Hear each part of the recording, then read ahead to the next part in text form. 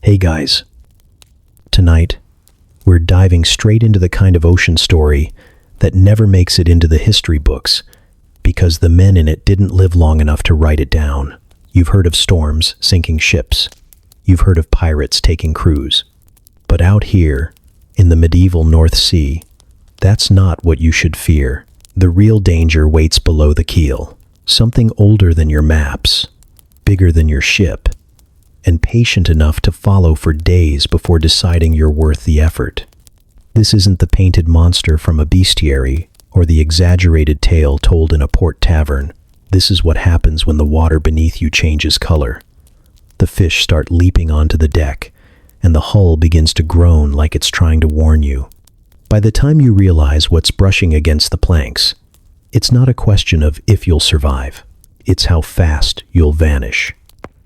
So before you get too cozy, take a second to like the video and subscribe, but only if you genuinely enjoy this strange little corner of quiet storytelling. And drop a comment with where you're listening from and what time it is for you. It's strangely comforting to know who else is drifting off with us around the world.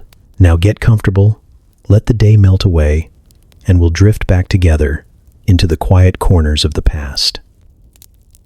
It is dawn on the North Sea. The kind of gray, wind-chilled morning that seeps into your bones before you've even opened your eyes. You are not on land. You haven't been for weeks. You are aboard a 14th century cog ship, which sounds romantic until you realize cog is just a polite way of saying wooden box with a sail held together by rope, tar, and the optimism of desperate men. Your bed is a coil of damp rope shoved in a corner beneath the main deck, and your blanket is whatever woolen scrap you were wearing yesterday, and the day before, and the week before that. It smells like every bad decision you've ever made. Above you, the timbers creak like the groaning ribs of an old drunk, and the ship sways just enough to remind you that gravity is only a suggestion out here. The sea is calm for now, though that word is relative. Calm in medieval sailing means the deck isn't currently being blasted by a wave the size of your mother's cottage. The horizon is an endless smear of gray meeting gray, and the only sign of life is the rhythmic slap of the tide against the hull. You have no idea what might be lurking beneath the surface, and even if you did, you couldn't do anything about it. There's no below-deck sonar or marine biology here. Just a deep, ancient expanse of salt water that has eaten men whole since before your great-grandfather's great-grandfather learned to tie a knot. You are underfed. This is not a poetic exaggeration. Breakfast was a fist-sized lump of hardtack, so stale you could chip a tooth on it, washed down with warm ale because the water barrel smells like something died in it, which is not impossible. Lunch will be more of the same. Maybe with a strip of dried fish if the quartermaster likes your face that day. Your stomach is a constant low burn of hunger, but you're already used to it. That's the trick with medieval sailing. Your body stops complaining after the first week because it's too busy using all available energy to keep you upright while the deck tilts in every possible direction. Your job is not glamorous. You pull ropes, you haul barrels, you scrub the deck with a handful of wet sand until your hands are raw and your back aches like you've been beaten with an oar. You climb the rigging when the sail jams, even though the ropes are slick with sea spray and the wind threatens to pluck you off the mast like a careless child snatching a toy. You work until your muscles feel carved from stone, and then you work some more, because here there is no night shift or day shift, just the ship, the sea, and the captain's orders. The captain is a leathery man with a voice like gravel and a nose that points in two different directions. He doesn't smile unless he's had too much rum, which is both a blessing and a danger.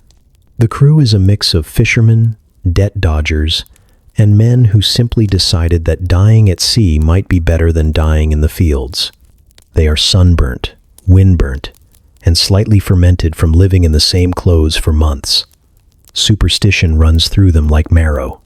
No whistling on deck. It calls the wind. Never kill an albatross. It curses the voyage. Never speak of certain things, especially the ones with teeth and eyes as big as shields, because the sea is listening. You've heard the whispers at night, when the lanterns swing low, and the horizon disappears into blackness. Stories of things that rise from the deep, with tentacles thicker than masts, or jaws that can bite a ship clean in half. The old men mutter about shapes seen beneath the surface, shadows that follow for days before vanishing without a ripple. You tell yourself these are just tales to pass the time, the same way they tell stories of mermaids and ghost ships. But sometimes, when you lean over the side and stare into the water, you get the sense that something is staring back. The worst part is how small you feel. The ship might be the largest thing you've ever stood on, but out here it is a splinter on an endless ocean, and you are nothing more than one replaceable set of hands. If the sea decided to take you, it would do so without drama. One tilt of the deck, one slip of your boot, and you'd vanish into the cold, swallowed before anyone had time to shout your name. The men would say a quick prayer, then go back to their work. And somewhere far below, in that lightless crush of water, something might brush past you in the dark, curious for just a moment before continuing on its way. You do not think about that. Not yet. The day is only beginning, and there is rope to haul, sails to patch, decks to scrape.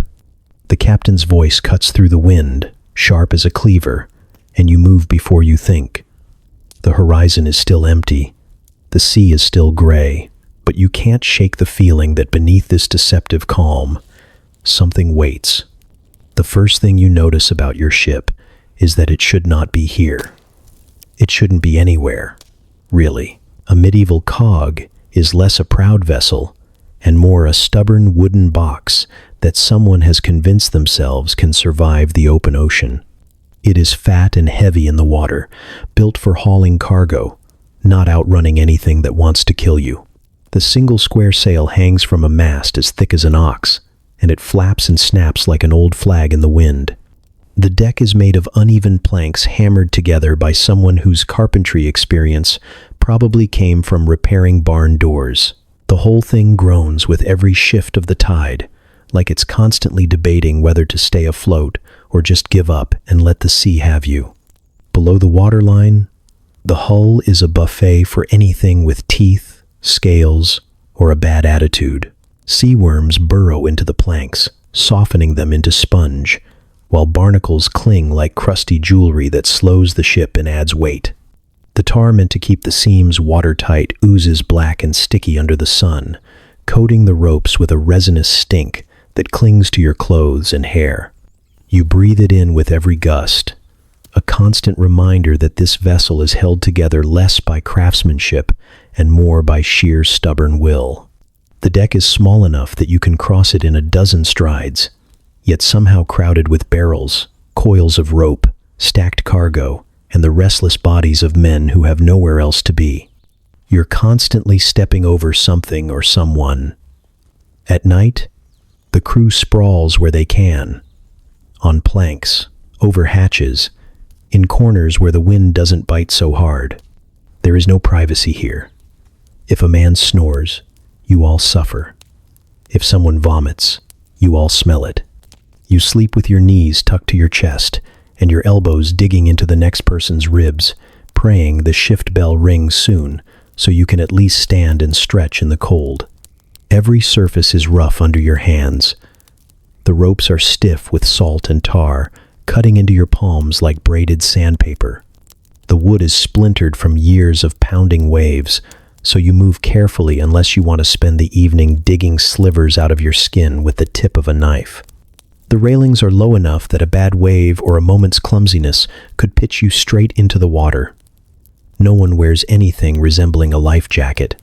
If you fall, the only thing you can count on is the fact that someone will probably shout "man overboard" before you disappear completely.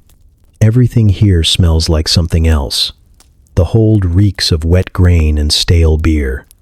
The sailcloth smells faintly of mildew no matter how often it's aired out. The bilge is a swampy stew of leaked water, fish guts, and whatever the rats have been leaving behind.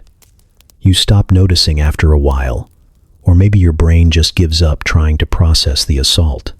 The salt air doesn't cleanse it. It just mixes with it, creating a layered perfume of tar, brine, sweat, and slow decay. Even standing still on deck is a balancing act. The ship rolls and pitches with the waves, and you're always shifting your stance to keep from going down. Your knees develop a constant ache, your ankles a dull throb. When the wind picks up, the deck tilts so far that the horizon becomes a slanted smear of gray water and grayer sky. The sail strains and bellies, ropes sing under the pressure, and every groan from the timbers sounds like a prelude to disaster. You tell yourself this is just how a ship talks to the sea. But deep down, you suspect the conversation is about you and how easy you'd be to swallow. The crew pretends confidence, but you've seen the way they glance at the water when something bumps the hull. They know what lives out here, or at least what they think lives out here. They'll tell you that this ship has made the crossing a dozen times before, as though that makes it immortal. But you can feel it in the bones of the vessel. The fatigue, the patchwork repairs, the nails that don't bite as deep as they once did. A hull can only take so many seasons of salt and strain before it starts thinking about rest. And rest, for a ship, means sinking. You grip the railing and watch the foam peel away from the sides, imagining teeth rising from below, pressing into the planks until the wood gives way like soaked bread. You know it's ridiculous, that it's just the sea playing tricks with your thoughts. But then you feel it. The faint, hollow shudder through the boards under your feet, too steady to be a wave. It passes in an instant, leaving nothing but the sound of the wind and the groan of tired timbers. The ship carries on, stubborn as ever. But you find yourself glancing at the water more often, wondering how long before something else down there decides this floating death trap looks like an easy meal. The smell doesn't just arrive. It boards the ship with you, takes a seat at the captain's table, and refuses to leave. You notice it the moment you climb the gangplank, though notice implies you had a choice. It hits you like a wet sack of spoiled onions, thick and unyielding, and it doesn't fade, ever. The sea air you've been told is bracing is indeed bracing, but only because it's shoving that scent deep into your lungs where it can linger forever. You try breathing through your mouth, but that only swaps one horror for another. Now you can taste it. A rancid brine with undertones of fish rot and warm animal. It's a layered thing, the ship smell. The base note is tar, thick, black, sticky stuff, smeared between the hull planks to keep the sea from swallowing you whole. In theory, it smells like security. In practice, it smells like someone boiled down a pine tree with a dead rat still lodged inside. Above that is the ever-present tang of salt water, not the crisp scent you imagined, but the sour, coppery kind that's been trapped in damp wood for months. Then there's the human element. Dozens of unwashed bodies packed onto a deck, smaller than your village green, sweating, breathing, and dripping into the planks. Clothes haven't been cleaned in weeks. Some never will be. The wool is permanently damp, and the smell that rises from it when the sun hits is like opening an oven door full of wet dogs and disappointment. The cargo adds its own voice to the chorus. Barrels of salted fish weep brine into the cracks, where it mixes with bilge water and rots into a sweet, cloying stench that clings to your boots. Sacks of grain sprout mildew if they're too close to the hull. If the captain has taken on livestock, goats, chickens, maybe a pig, they're penned on deck where their droppings bake in the heat. The smell of animals is sharp and immediate, a reminder that they're as trapped here as you are. You can't escape it. The air in the hold is so heavy with it that you can feel the stink settle on your skin like a damp cloth. The bilge is the heart of it all. That's the lowest part of the ship, where seawater seeps in through the planks and mixes with whatever else finds its way down there. Spilled ale, fish guts, maybe some blood from a careless knife. It stews in the dark, stirred only by the rocking of the ship, until the bilge pump crew hauls it out in buckets. When they do, the smell rises like something alive, curling over the deck, thick enough to taste. The first time it happens, you gag so hard your eyes water. The veterans laugh and keep working, their noses long since dead to it. There's no escape from any of this. On land, a bad smell can be outrun. At sea, the wind just rearranges it. One day the tar and sweat are in your face. The next, it's the bilge and the livestock. The worst days are when the wind dies entirely and the air goes still. Then the smell thickens, hangs low, and you move through it like wading through bad soup. You try to distract yourself, tie knots, scrub the deck, stare at the horizon. But it's always there, seeping into your hair, your clothes, your very breath. Food doesn't help. Your meals taste of the smell. Hardtack soaks it up like a sponge. Salted fish carries it straight to your tongue. Even ale, the one drink you can trust not to make you sick immediately, tastes faintly of wood rot. Eating becomes a choice between fueling your body and giving the stench another way in. Sleeping doesn't help either. The heat of your body under a coarse blanket just intensifies everything. So you wake in the dark, nose full of yourself and everyone else. You begin to understand why sailors are superstitious. If a smell like this can feel so permanent, so unavoidable, maybe curses are real. Maybe the sea can seep into you the same way the stink does, until you're marked by it forever. You've heard old hands talk about men who return to land but never smell right again, no matter how many baths they take. It's not hard to believe. The smell has teeth. It bites into you and doesn't let go. The worst part isn't the strength of it, but how quickly it becomes normal. A few weeks in, you stop flinching when it hits you. That's when you realize the danger. You've been here long enough that the smell doesn't seem so bad anymore, which means you carry it too now, stitched into your skin and hair, invisible but undeniable. You tell yourself you'll wash it off when you reach port. You know you won't. You meet them first by their voices, because everyone aboard speaks like the sea already lives in their throats. The bosun's shout has a rasping hook in it that catches on your spine. The cook swears in a low, bubbling mutter like a pot left too long, and the youngest deckhand speaks in fits and bursts as if his words have to jump over waves to reach you.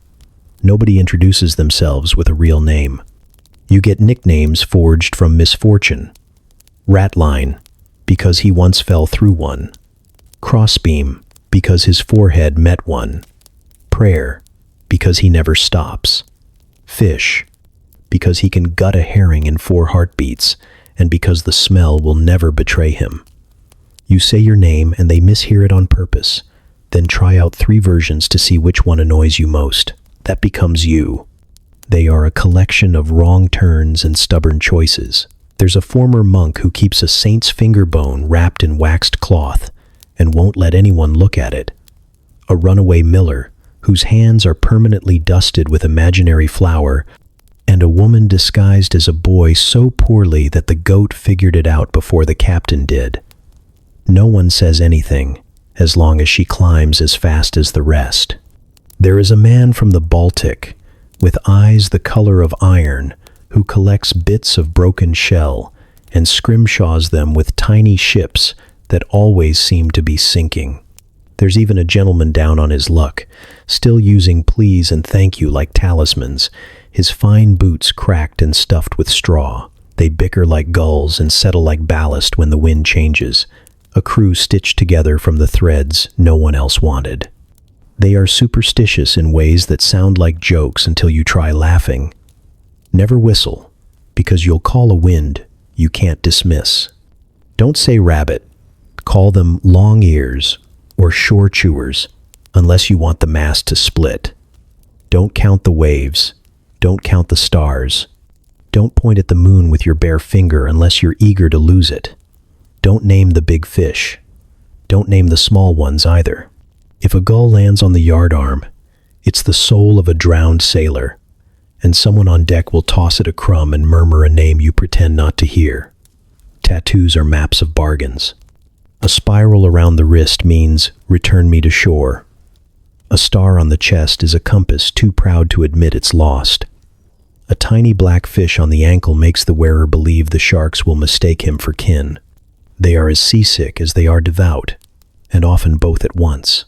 On the first rough day, you learn the choreography. One man kneels to the Virgin, and another leans over the rail, and sometimes they trade places without moving their feet. The smell of bile is so routine that the crew judges you not for vomiting, but for where you do it. Overboard is acceptable, into the scuppers forgivable, onto the captain's boots a capital offense. The cook keeps a rope of dried ginger for chewing, and a theory that the sea punishes the proud. He says this while ladling out a stew of salted mystery. Nobody argues. There is a hierarchy carved out of calluses. The bosun rules the deck with a knotted length of rope he calls persuasion and a voice that can make the gulls change course. The captain doesn't need to raise his voice, not because he is calm, but because everyone is afraid of the silence that follows when he doesn't speak. The carpenter carries a mallet, like a priest carries a bell.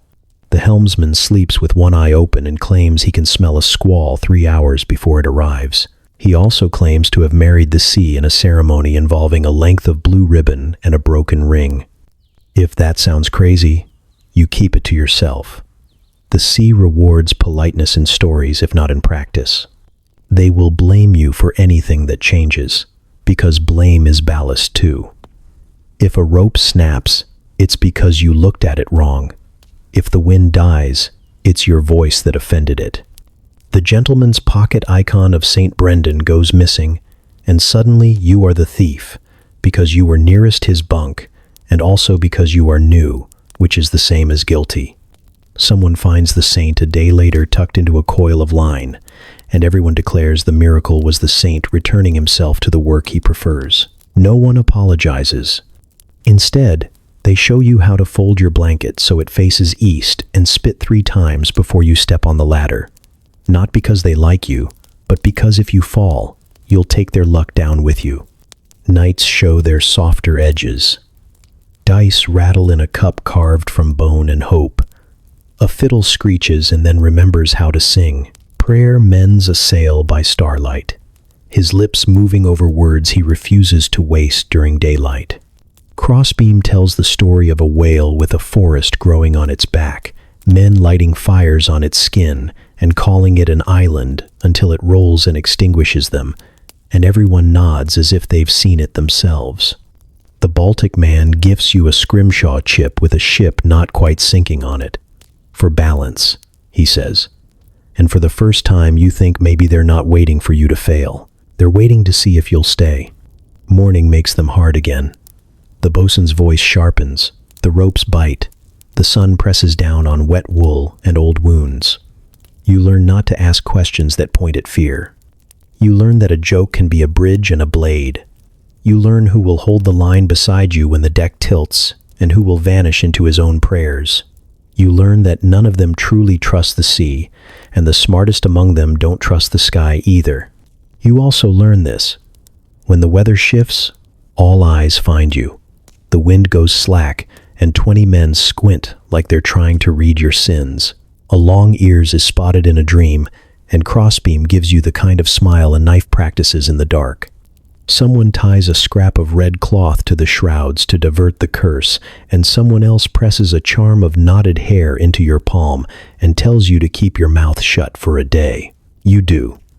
Because out here, silence might be the only prayer that works.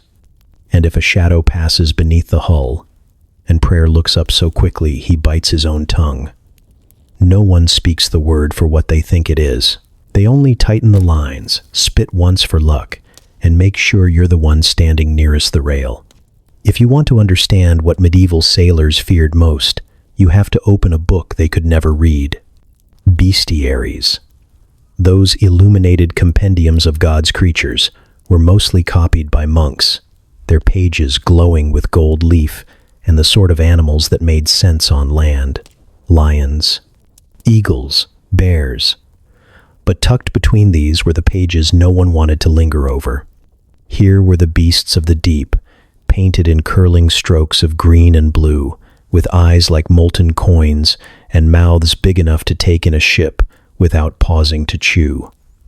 No sailor held one of these books on deck, but the images traveled in their heads, passed from port taverns to forecastles in half-drunken whispers, each retelling swelling the monsters until they were the size of nightmares. There was the Kraken, which in the drawings looked like a tangle of coiled snakes, but in the stories became an island that breathed. It would surface silently, its skin barnacled and rough, so that sailors, fooled by its bulk, might drop anchor, go ashore, even build a cooking fire. Only when the heat and weight roused it would the island begin to sink, the beach sliding into the sea as tentacles rose, pulling the ship down with the rest of the debris. No one on board ever got to see the whole creature. You just saw the parts that killed you. The arms could wrap around the hull and crush it like an eggshell. The beak could bite a mast clean in two. If the sea boiled for no reason, the Kraken was turning in its sleep. Then there was the Leviathan, which belonged to God's own private menagerie and was less an animal than a warning. The Bible called it a serpent, but the medieval mind made it bigger, darker, hungrier. Some said it had scales so hard no spear could pierce them, and eyes that shone like lanterns in the black water. It was the kind of beast you met only once, and meeting it meant your ship was already breaking. Priests claimed the Leviathan existed to remind men of hell's permanence. Sailors claimed it existed to swallow you before you had the chance to confess. In drawings, it often had a crown, a mocking nod to the fact that out here, kings ruled nothing. Sea serpents slithered somewhere between the two, long as river roads and coiled tight enough to loop around the whole ship. They rose from the waves with jaws unhinged, spitting spray and the stench of rotting fish. Witnesses described ridged backs that cut through the water like the keels of ghost ships, spines slicing the waves. If you saw one, you were meant to pray. If you saw two, you were already beyond prayer. Some swore they had manes like lions, wet and glistening, so that for one mad moment you thought a horse was galloping toward you before the mouth opened. And then there were the whales. Not the mild plankton-sifting kind we picture now, but creatures imagined large enough to be mistaken for continents. Sailors told of the aspidochelone, a giant fish so vast it lured crews to land on its back. They would light fires, stake tents, even unload cargo, only to discover the ground shifting beneath them as the creature descended into the depths. Those who stayed on the beast drowned. Those who scrambled to the ship often found it already sinking, pulled down by the sudden void where their island had been. This was not an accident. The stories insisted the beast wanted you to believe in safety first, so you'd taste it before it was gone. Maps helped, or made it worse. Cartographers sketched these horrors onto the edges of the known world, curling their bodies around compass roses, their gaping mouths swallowing hapless ships. The phrase, "Here be dragons," wasn't an idle flourish. It was a shorthand for, "If you sail this way, you will vanish." The monsters gave shape to the unknown. They filled the blank spaces with teeth and fins, and the reassurance that there was a reason to be afraid. The truth is, medieval sailors didn't need to see these creatures to believe in them. The ocean was already full of things they didn't understand. Shadows gliding under the hull, sudden whirlpools, storms that rose out of a clear sky. If you felt something scrape the bottom of the ship or heard a groan from the depths, you didn't picture a harmless shoal. You pictured the Kraken stirring, the Leviathan rolling over in its endless sleep, the serpent curling up for another meal.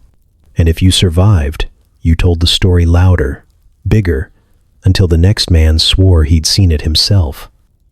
The monsters were never just drawings in books. They lived in the water, in the wind, and in the part of your mind that never stopped wondering what might be rising beneath you right now. You have to remember that for most medieval sailors, the sea was less a familiar workplace and more a giant, unpredictable monster in its own right. There were no charts that showed every reef and current, no lighthouses guiding you home, no radio to call for help. You sailed until you couldn't see land anymore, and then you were suspended between two vast, featureless surfaces, the gray above and the darker gray below, hoping neither decided to swallow you. When something went wrong, you didn't look for a natural explanation. You looked for a story that made sense in a world where logic ended at the shoreline, and the sea had given you plenty of those. Folklore was the first compass.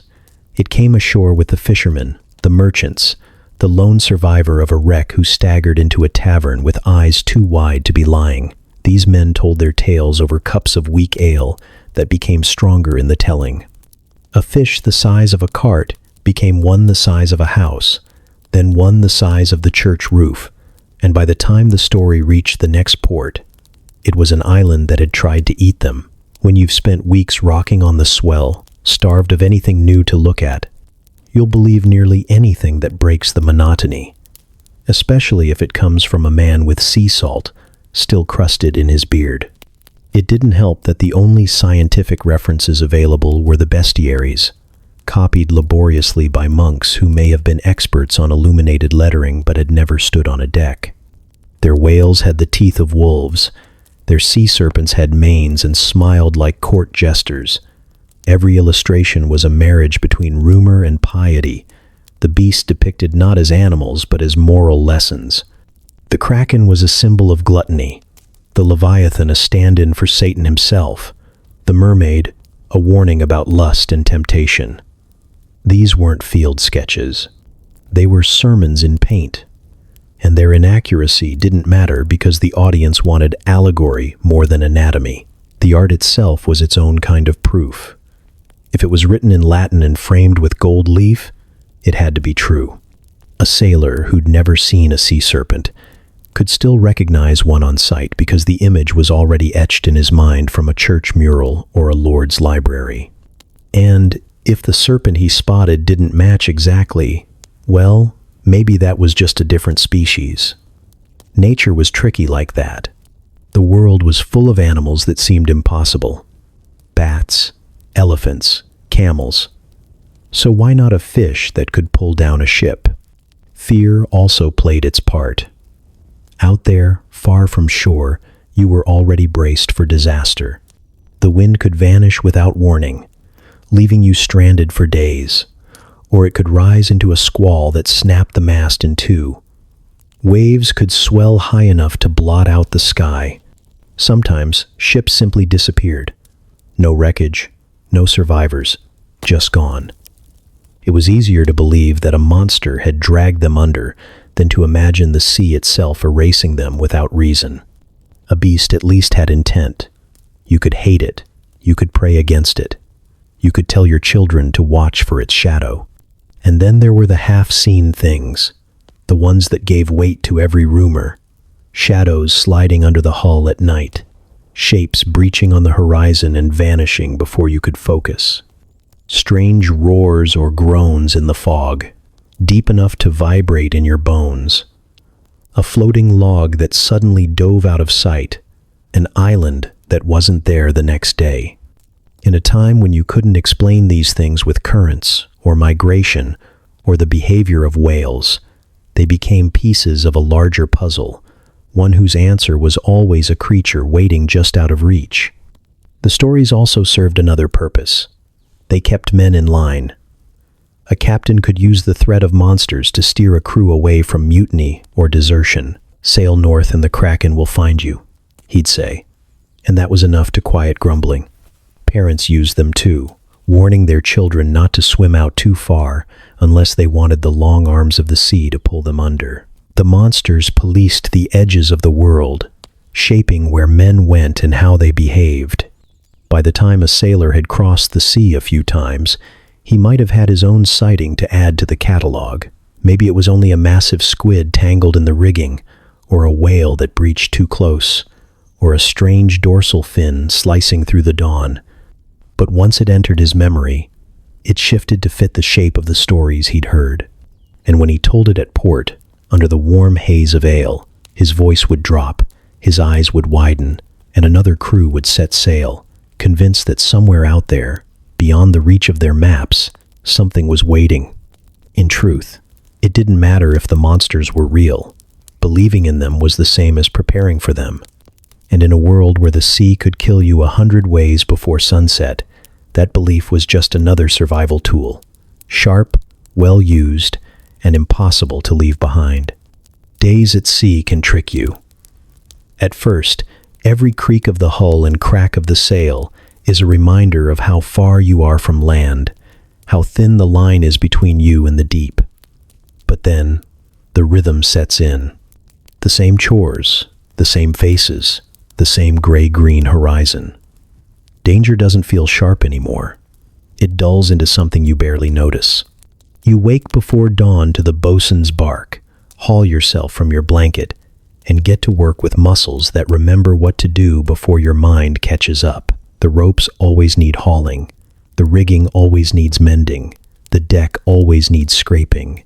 The sun comes up in slow fire over water that looks like hammered pewter.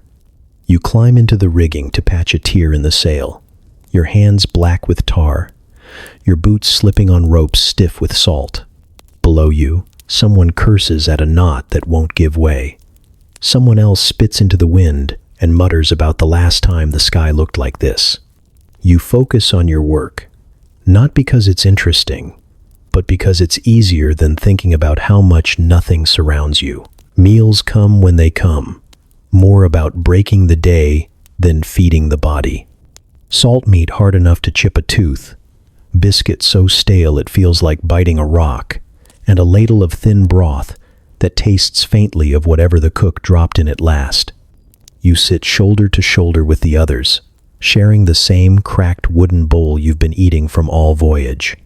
Conversation is mostly grumbles about the weather or the captain, or wagers about how much longer before you make port.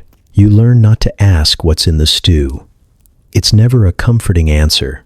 The ship itself hums with small, constant labor. Someone's always coiling rope into neat circles on the deck.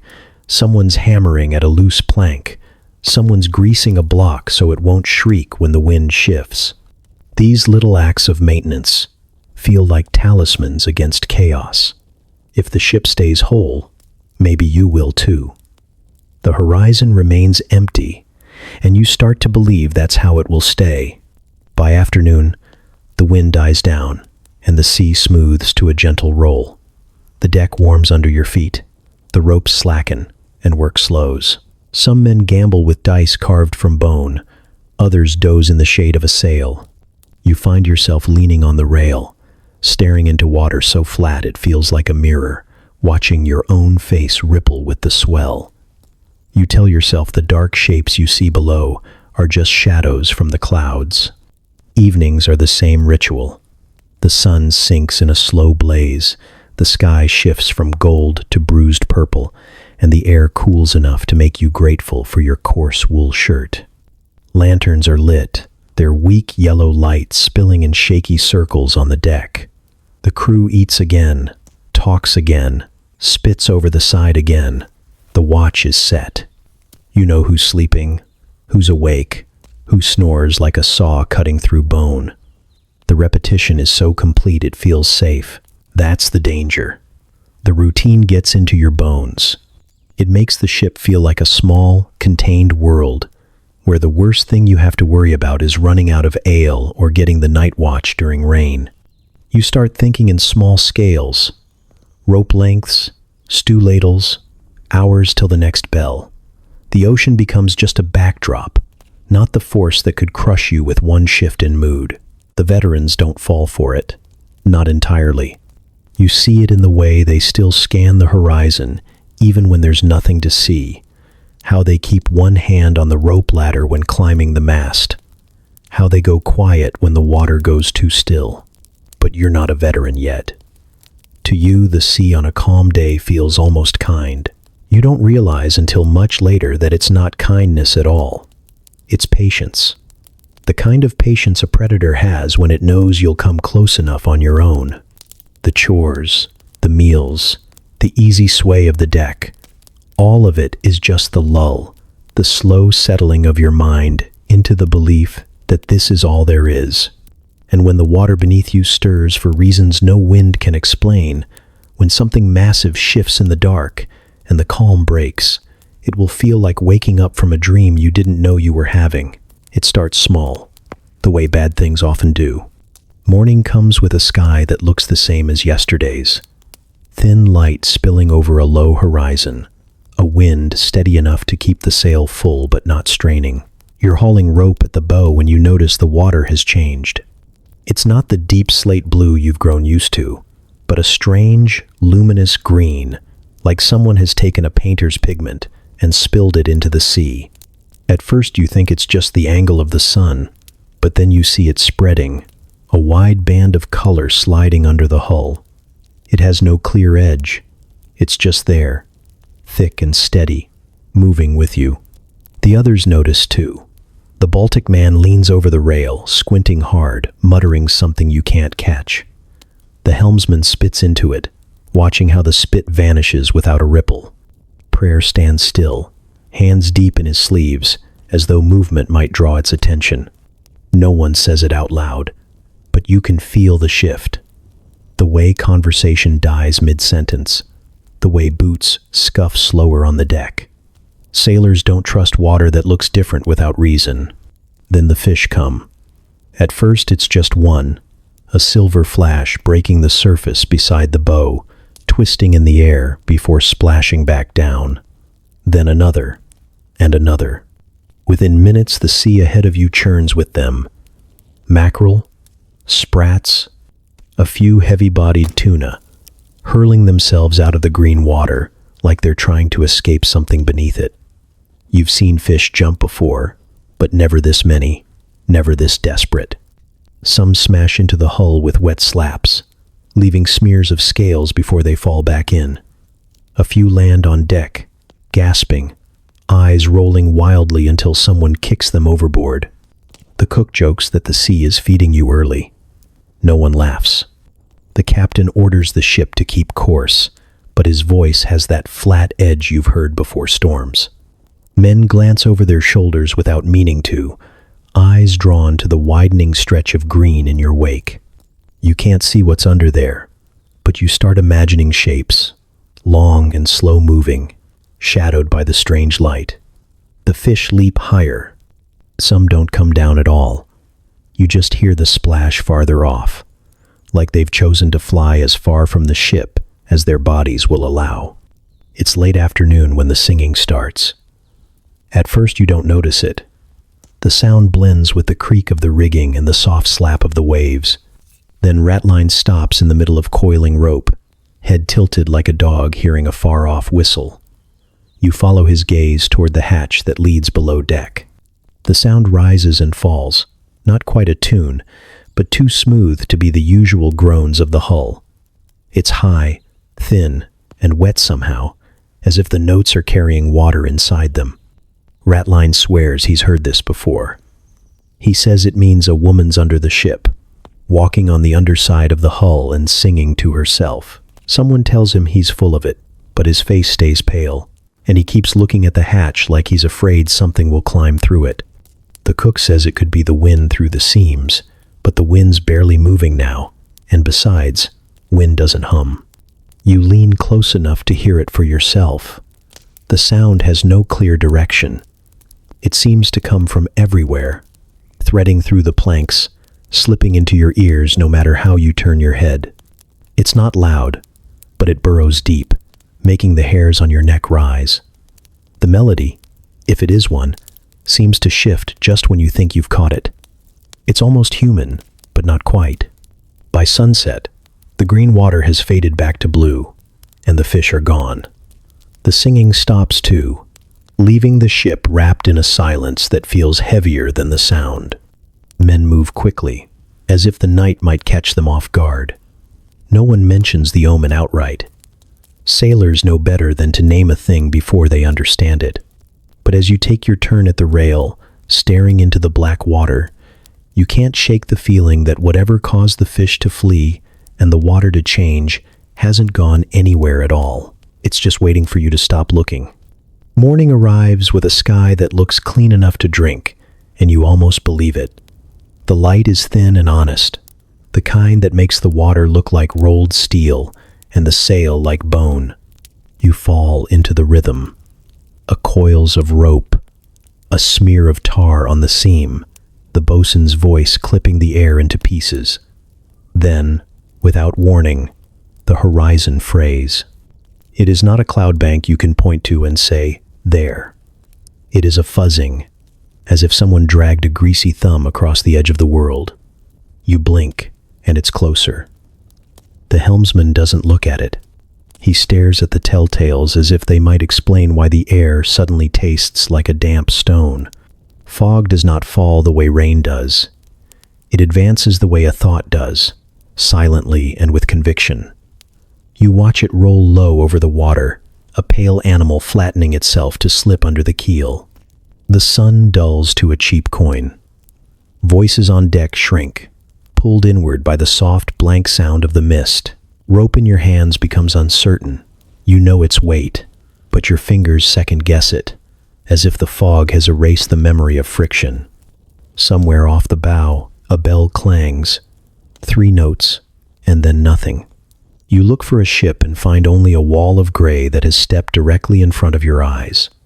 The smell shifts too, from the honest rot of the bilge to something mineral and cold, like wet slate and old iron.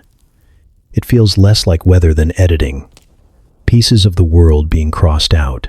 The sea beneath you changes its mind. The old swell had a rhythm you could plant your feet to, long and patient. But now, a shorter, meaner chop shoves in from the side. 2 seas argue under the hull, slap and undercut, until the deck walks you without asking. Prayer licks a fingertip and holds it up to air that no longer moves. Cross sea, the helmsman says, but so quietly you wonder if he meant to keep it inside his mouth. Birds that rode the breeze all morning are gone as if a net were hauled up and took the sky with it. When the fog thins just enough to give you distance, you see the horizon roiling, not from waves but from some vast muscle rolling beneath them, a flex that travels along the line where sea meets sky and does not break. The clouds above join the conspiracy. High mares' tails that had been harmless flourishes an hour ago thicken into ropes drawn taut from west to east.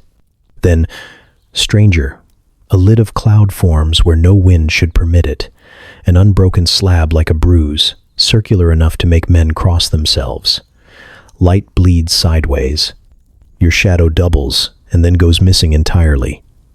The captain does not shout. He collects the deck with his eyes, and everyone adjusts their hands.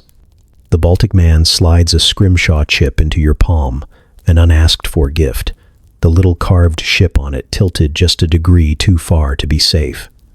For balance, he says, which is not comforting. Sound begins to lie. The water slaps close, but the creak from the mast arrives from someplace behind you, and the thud in the hold seems to come from the sky. Someone drops a mallet, and the clatter leaps away into the fog like a spooked animal. When the lookout calls, you can't tell from which direction. The word he uses isn't helpful anyway. Something about a line, or a light, or a thing that looks like a line until it moves. The deck tilts, and every man's knees answer before his mind, bracing for a wave that doesn't come. You know the sea can build storms from nothing, but this isn't a storm yet. It's a rehearsal with no audience, only actors staring into the wings, waiting for the cue. Time slackens. The watch glass seems thick with syrup. Work becomes a series of gestures. Haul, belay, tie, check. Interrupted by long, quiet listening. You feel the ship hesitate under you, the way a horse does when it scents something you can't. The fog thins and thickens in pulses, opening a window here, closing it there, teasing a glimpse of color on the water that may be nothing more than sunlight misbehaving. Twice you see the horizon lift like a curtain and drop back. The second time the helmsman swears, and he is a man who saves oaths like coin. A story starts walking around the deck, and you can tell it's been here before. It wears different names depending on who speaks it. The calm that isn't, the blank noon, the widow's breath, but it has the same bones. This is the part of the tale where the sky turns wrong and the sea forgets you, where the world goes quiet not out of mercy but out of attention. You can almost hear the future you, in a tavern you will never see again, telling someone how you knew before you knew, how the fog had a flavor, how the light flattened like beaten copper, how the men you trusted began to watch their own hands, as if a stranger had borrowed them. Then, near sunset that never quite arrives, the gray parts just enough to reveal a stretch of water ahead that is darker than shadow. It is not a cloud, not a reef, not anything you can name. It moves without moving, a seam in the fabric that everything else seems to slide toward. The bosun's whistle splits the air, the captain lifts his hand, and the ship answers like a nervous animal pulled up short. You wait for thunder and get silence so heavy it bends your back. That is when the dread settles, not as panic but as a certainty adjusting its chair. You are no longer a crew on a ship in weather. You are a line in a legend someone else began writing a long time ago. And the sky, polite as a witness, has just raised its hand. It comes at night, because of course it does. The fog has thinned, the strange sky swallowed by darkness, and the watch is half bored, half frozen at their posts. The sea has gone lazy, a slow heave and sigh beneath the keel, the kind of motion that makes you think maybe the day's strangeness was only nerves and bad light. Lanterns swing in shallow arcs, their glow stopped short by the damp air. You've been trying to sleep, but the bunk smells like wet rope, and every creak in the timbers sounds too close to your ear. The first thing you notice is the silence. Not the usual midnight quiet, but a sudden cutting off, like someone slammed a door on the world. The ropes stop whispering against the mast. The water doesn't slap the hull. Even the wind, thin as it's been all night, seems to have gone elsewhere. You lie there in the dark, holding your breath without realizing it, and in that pause comes the feeling, faint at first, almost gentle, of something touching the ship. Not hitting, not scraping, but brushing, as if a long, soft hand has run along the planks beneath you. The ship answers in small ways. A slow, deliberate roll, too deep for the size of the wave you can't feel. The sound of the rigging tightening, not from wind, but from some other shift. A spoon in the galley clinks against a cup and doesn't stop for a moment too long. You sit up, heart tapping faster, and hear the watch above stop mid-step. Then comes the second touch. This one is heavier, a shove rather than a stroke, enough to make the lantern nearest the hatch sway hard on its hook. The timbers groan low in their joints, a sound that travels through the soles of your feet and into your teeth. From somewhere forward, a rope strains, not snaps, just pulls tight, fibers creaking in protest. A man coughs and doesn't finish.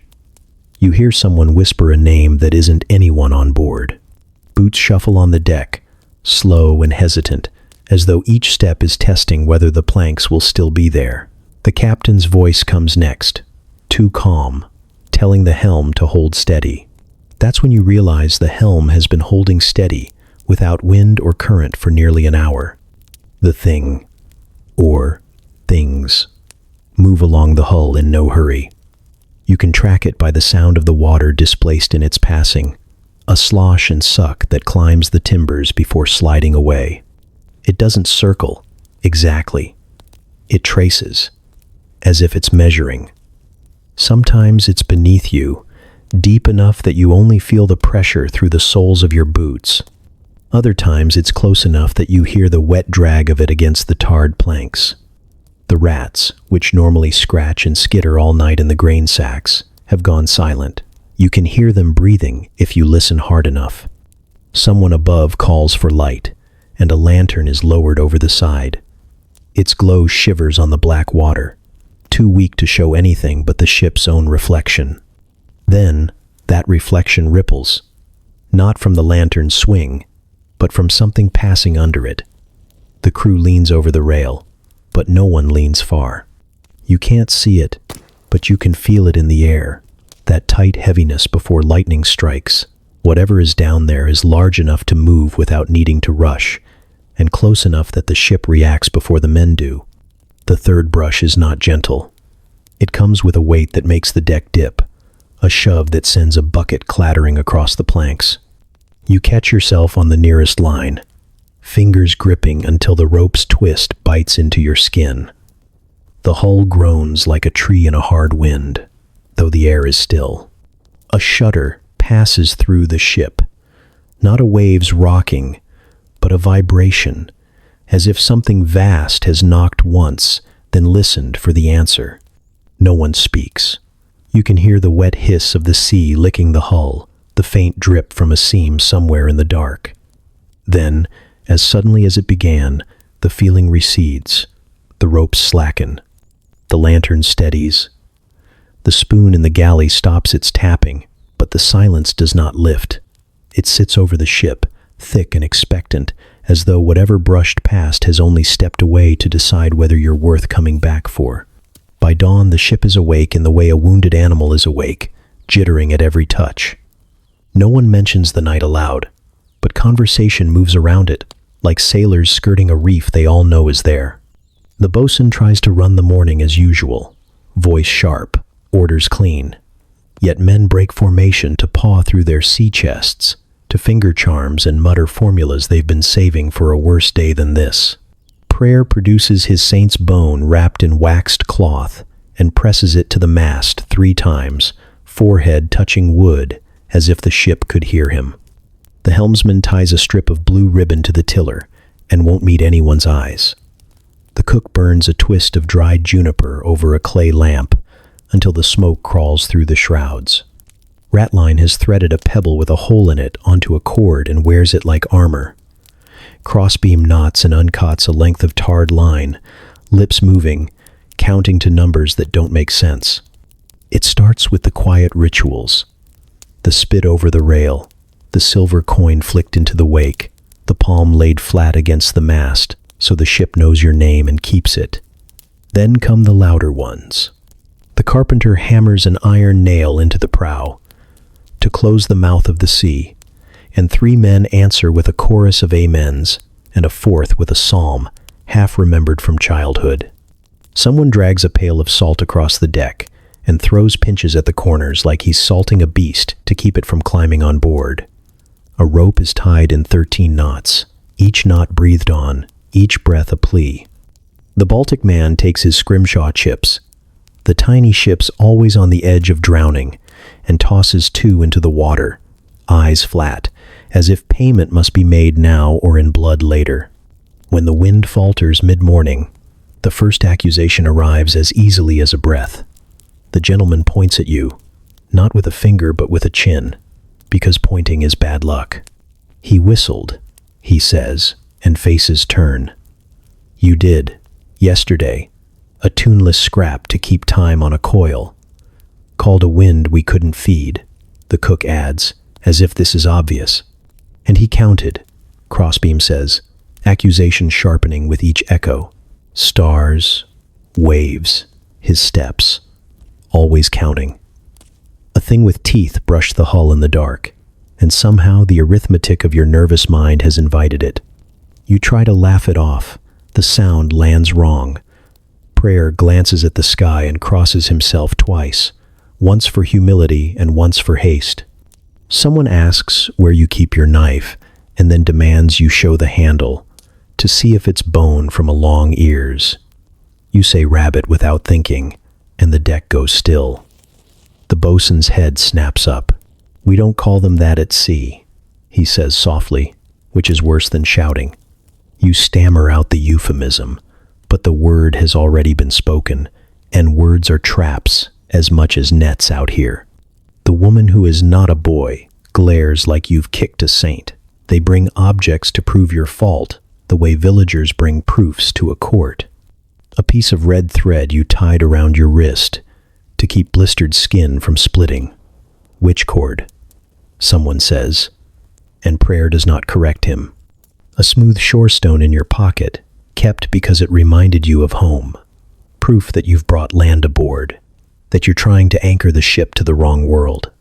The Baltic man's gift, the not quite sinking ship carved in bone.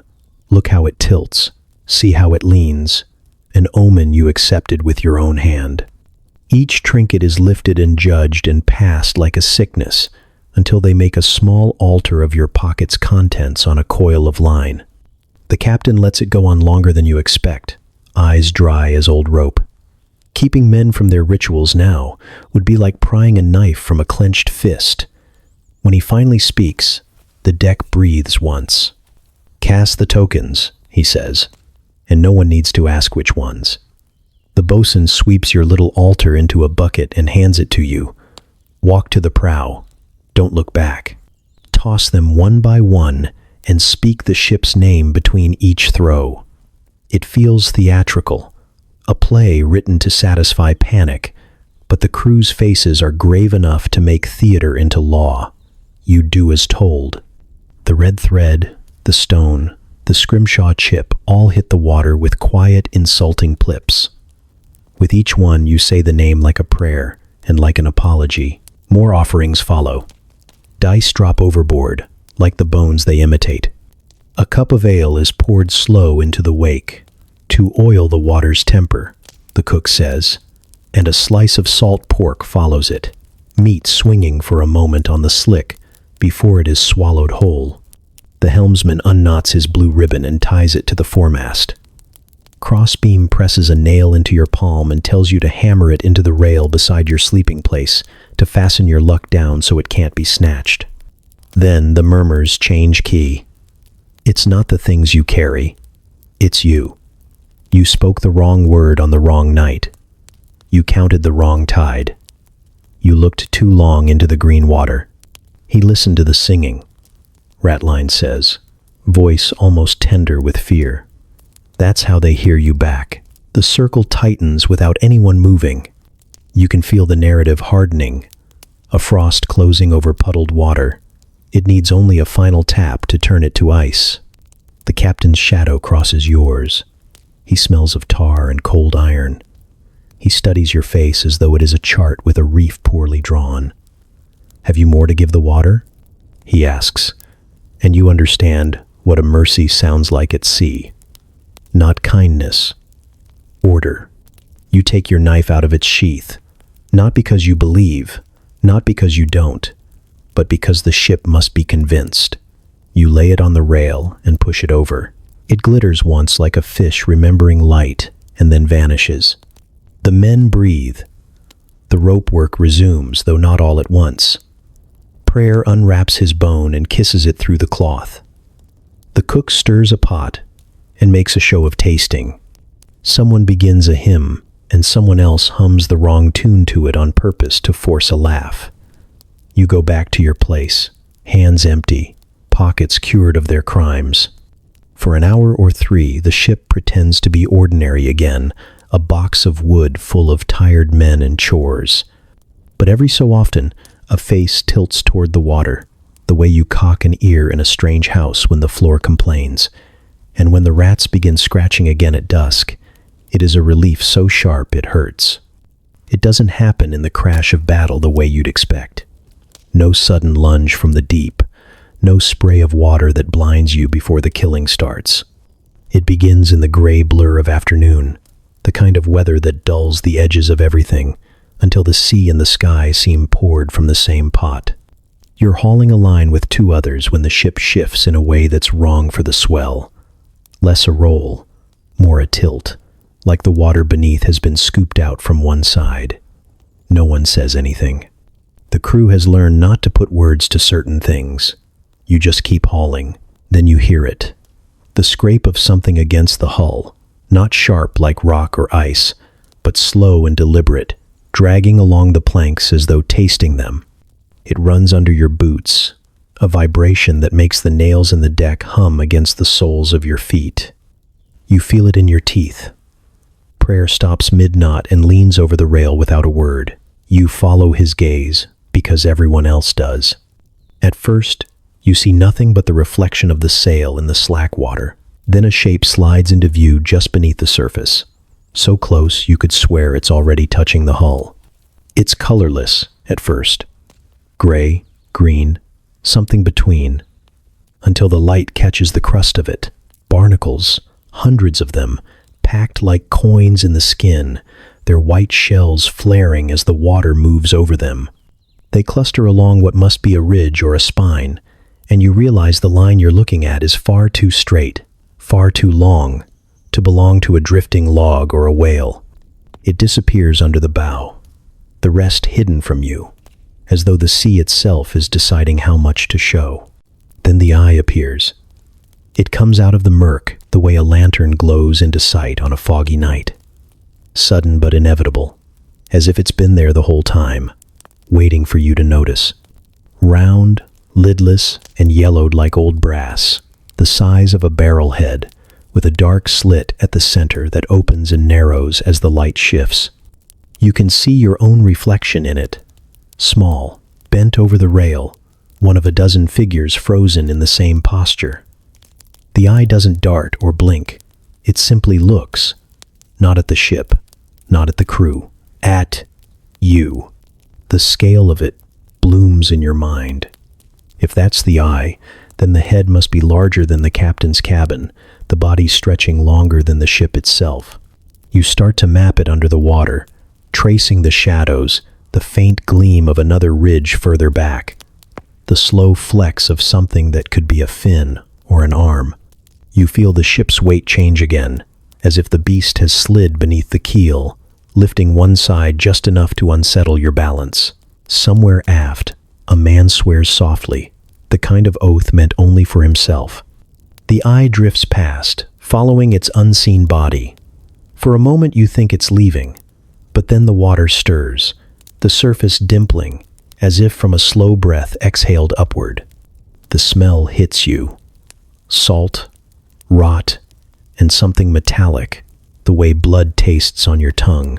A patch of water darkens, not with shadow but with the mottled gleam of skin rising just enough to break the surface.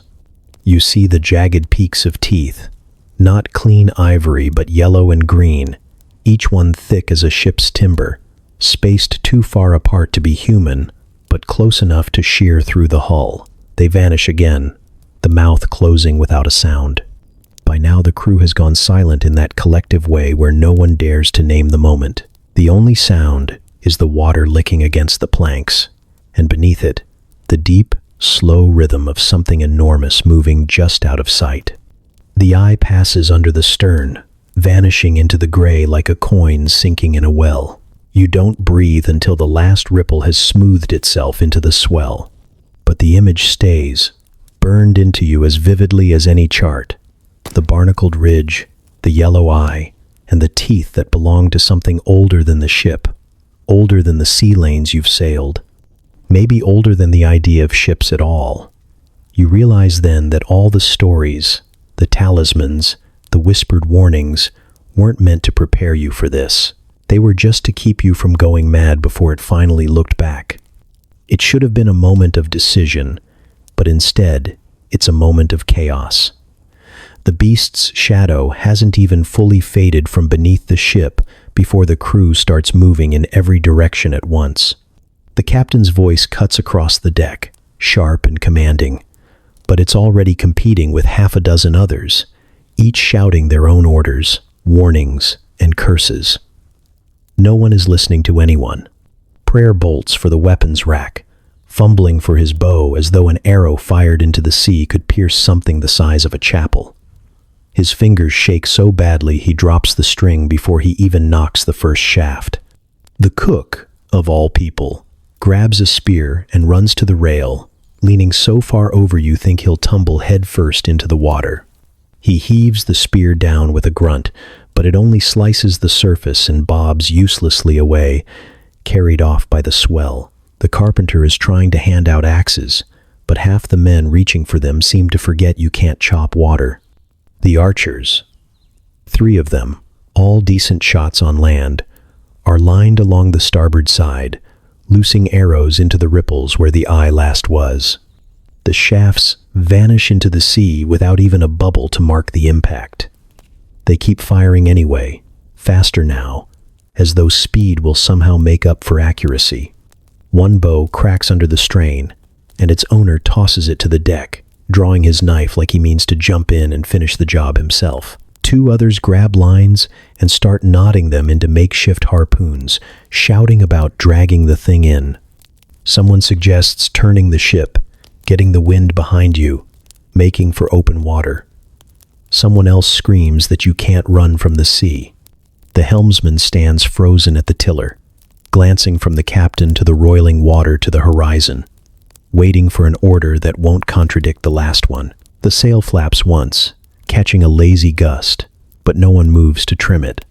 The bosun, normally unshakable, is half up the rigging, scanning the waves with the frantic eyes of a man who'd rather fight gravity than whatever waits below. Every noise sounds too loud. Boots thud across the deck. A barrel rolls free and slams into the rail. Someone drops a handful of iron nails, and they skitter away in a high-pitched rattle. Over it all comes the deep, slow groan of the hull, flexing in water that's moving wrong. You can feel it through your legs. The ship rocking not to the rhythm of the wind, but to something larger passing beneath. The men who aren't fighting or running are simply standing there, weapons loose in their hands, staring at the wake as if it might spell out the right answer. Then the tail breaks the surface. Not high, not even fully, just enough to show the width of it, barnacled and ridged, the kind of limb that could smash a longboat to splinters without effort. The sight freezes half the deck. Archers lower their bows. The spearmen forget to aim. Even the captain's voice falters for the space of a heartbeat. The tail slides back under, leaving only a churn of foam, and the freeze breaks into shouting again, louder, harsher. The first truly bad idea takes shape fast. Someone yells to drop the anchor. If the ship can't run, the beast can't drag it. The logic is terrible, but fear makes it sound almost clever. Hands rush to the capstan, chains clattering over wood, and before anyone can stop it, the anchor plunges into the green depths. The sudden drag makes the ship lurch sideways, throwing two men into the rail. Now you're half-turned, the sail catching wrong, momentum dying. Perfect prey for whatever decides to come back. In the chaos, you spot one man, Ratline, who's done nothing but crouch low near the mainmast, knife in hand, eyes darting from the water to the rigging. He's not frozen. He's waiting. You can't tell if it's patience or surrender. Around him, the deck is still a whirl of pointless action. More arrows into empty sea. More spears splashing harmlessly away. More orders shouted over orders until they collapse into noise. Somewhere beneath all of it, the sea feels like it's holding its breath. You realize with a sharp, unwelcome clarity that for all the talk of fighting and fleeing, the crew has done neither. They've made noise, made mistakes, made themselves look busy, but they haven't chosen. And when the choice comes, it won't be theirs anymore, because down in the dark, the beast is the only one waiting with purpose. It announces itself with pressure, the kind that climbs the ladder of your bones before your ears can name it. The ship dips once, twice, and then rises on something that is not a wave. Lines go slack all at once like a dozen throats cleared in the same breath. The helmsman fights the tiller and loses it by inches. From the starboard quarter, a swell thickens, not water, but body, lifting you toward a horizon that tilts without warning. The captain starts to shout, and then the deck around the mainmast hums, an insect whine in the wood, as if the ship is bracing for a blow it remembers from a former life. The first arm doesn't so much strike as arrive. It breaches soundlessly, black-green and slick as fresh oak pitch, studded with discs that blink open to reveal pale rings of flesh, each ring a mouth of its own. It lays itself over the rail as politely as a guest setting down a cloak, and only when it tightens do you hear the ship complain. The planks answer with a chorus of cracks. Tar sweats from the seams. Nails lift their heads like eels tasting the current. A second arm follows, thicker, the suckers big, as dinner plates, and lined with a fringe of tiny teeth that clatter when they find wood. It doesn't bother to be polite. It slaps down, hard, and the lantern nearest you leaps off its hook and shatters in a spray of fireflies that die in a hiss. Men react the way men do. Too loud, too late, and in every direction. Spears stab and bounce. An axe bites, sticks, and is snatched away in a flex that looks almost lazy.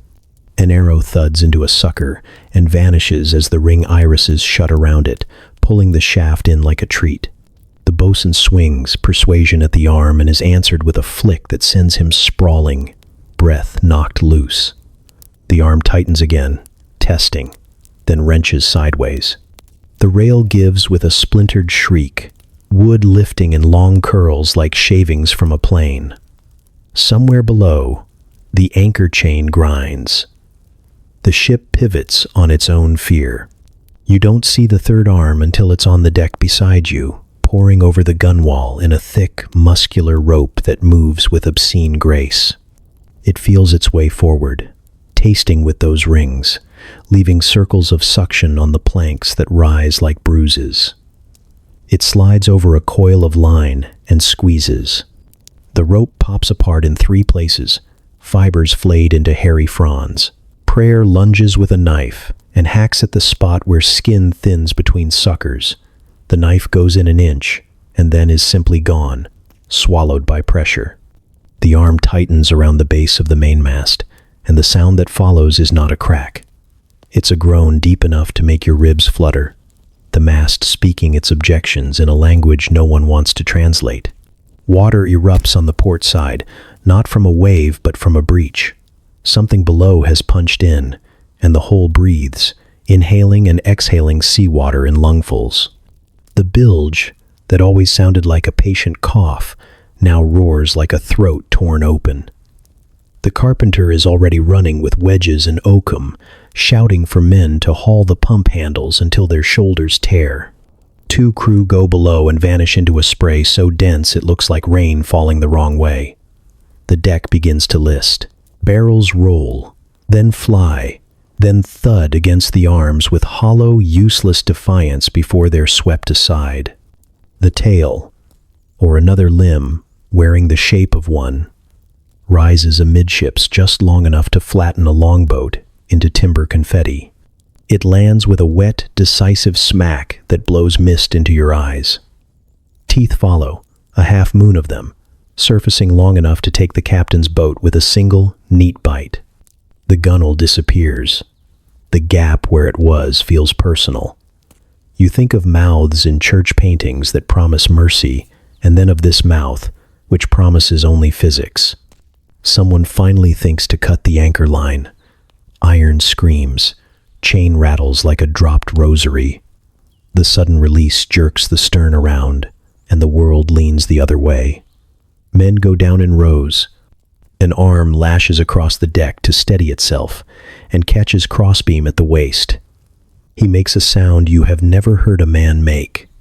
The suckers flower and close, and he has gone up and over in a single terrible arc. The water takes him without a splash loud enough to count as witness. You grab a boarding axe because it is there, because your hands require purpose. You swing at the arm knotted around the mast and feel the blade bite, stick, and tear free. A ribbon of meat, the color of old bruises. The arm reels, not from pain but from surprise, and then answers with pressure.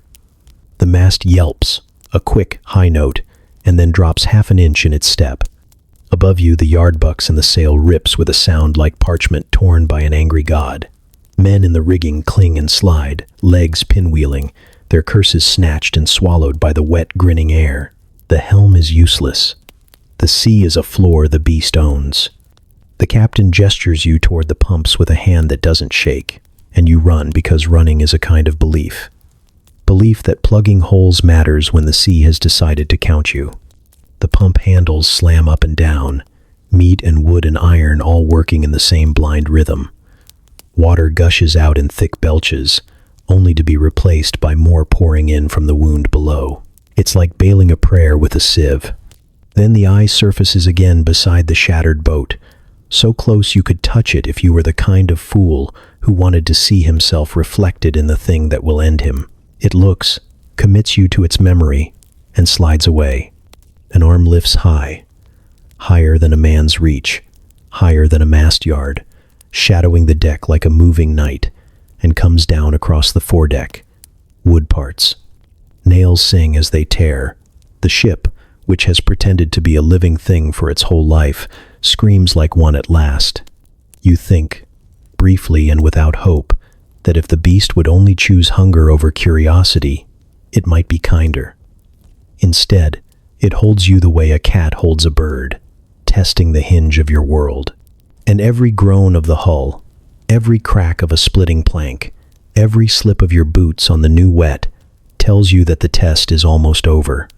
You could tell yourself it was bad luck, that the beast came on a day when the wind slackened or the lookout was staring at the wrong patch of sea. But luck only gets to claim part of it. The rest belongs to the plain mechanics of disaster. Even before the first tentacle cleared the rail, you were already a collection of disadvantages nailed together and sent into open water. The ship beneath you was never built for war, not against anything that lived in the depths. Its belly is round, wide for cargo, and about as agile as a barn floating downstream. The hull planks are thick enough to keep out weather, not teeth. They're fastened with iron spikes that the sea has been licking for years, loosening one meal at a time. A sharp rock could find a seam in that wood, a creature whose limbs could span the deck, without stretching, could punch through it, the way you might poke a thumb through a wet barrel lid. Your weapons were laughable before you even raised them. Bows that throw ash shafts tipped with iron heads no wider than a spoon. Spears made for men, not monsters, their reach shorter than a single sucker on the beast's arm. Axes meant for trimming spars and splitting rope, better at biting pine than flesh you can't even name. The heaviest thing you can drop into the water is the anchor, and even that is designed to hold you still, not drag something else down. The cook's pot is just as useful a weapon, which is to say, not at all. Every clang of steel against skin is met with the dull refusal of size, your best strike lost in the sheer acreage of its body. And size is the enemy's first language. You've seen whales from a distance, their backs arching like bits of coastline that forgot they belonged to land. But this is different. This moves with purpose, turning the sea into a medium as compliant as air. The beast displaces more water in a single motion than your ship will in its entire life. And every time it shifts, you feel the hull answer, adjusting to a new balance point like a drunk catching himself on a wall. Its reach is so absolute that you cannot stand anywhere on deck without being within arm's length of death. You could sprint from bow to stern, and it could shadow you with a flick of muscle. There is also the problem of where you are. In the open ocean, there is no high ground, no wall to put at your back, no choke point to make its size a disadvantage. You can't run to a tree line or wedge yourself in a cave mouth. You can only run in circles on the deck until the circle ends at the rail, and beyond that, the same water it commands.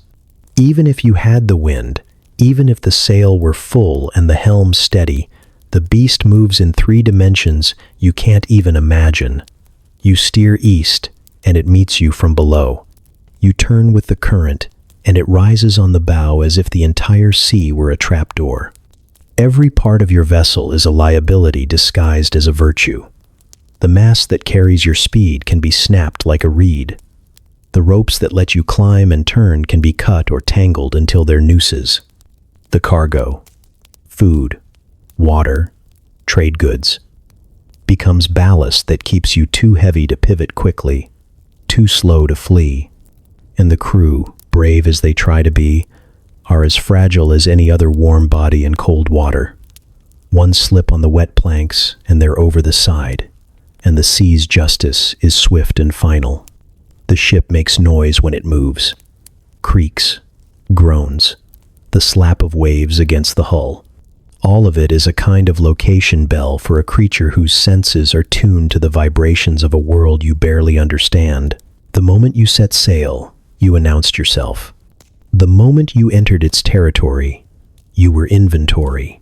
By the time you glimpsed its eye, the math was already done, the variables already in place.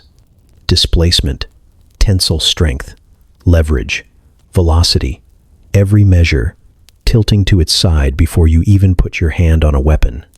This was never going to be a fight in any human sense. It is weight against weight, reach against reach, an equation you entered into without knowing you'd already lost. You could empty every quiver, snap every spear, swing until your arms turned to rope, and you'd still be sawing at the edge of a mountain with a butter knife.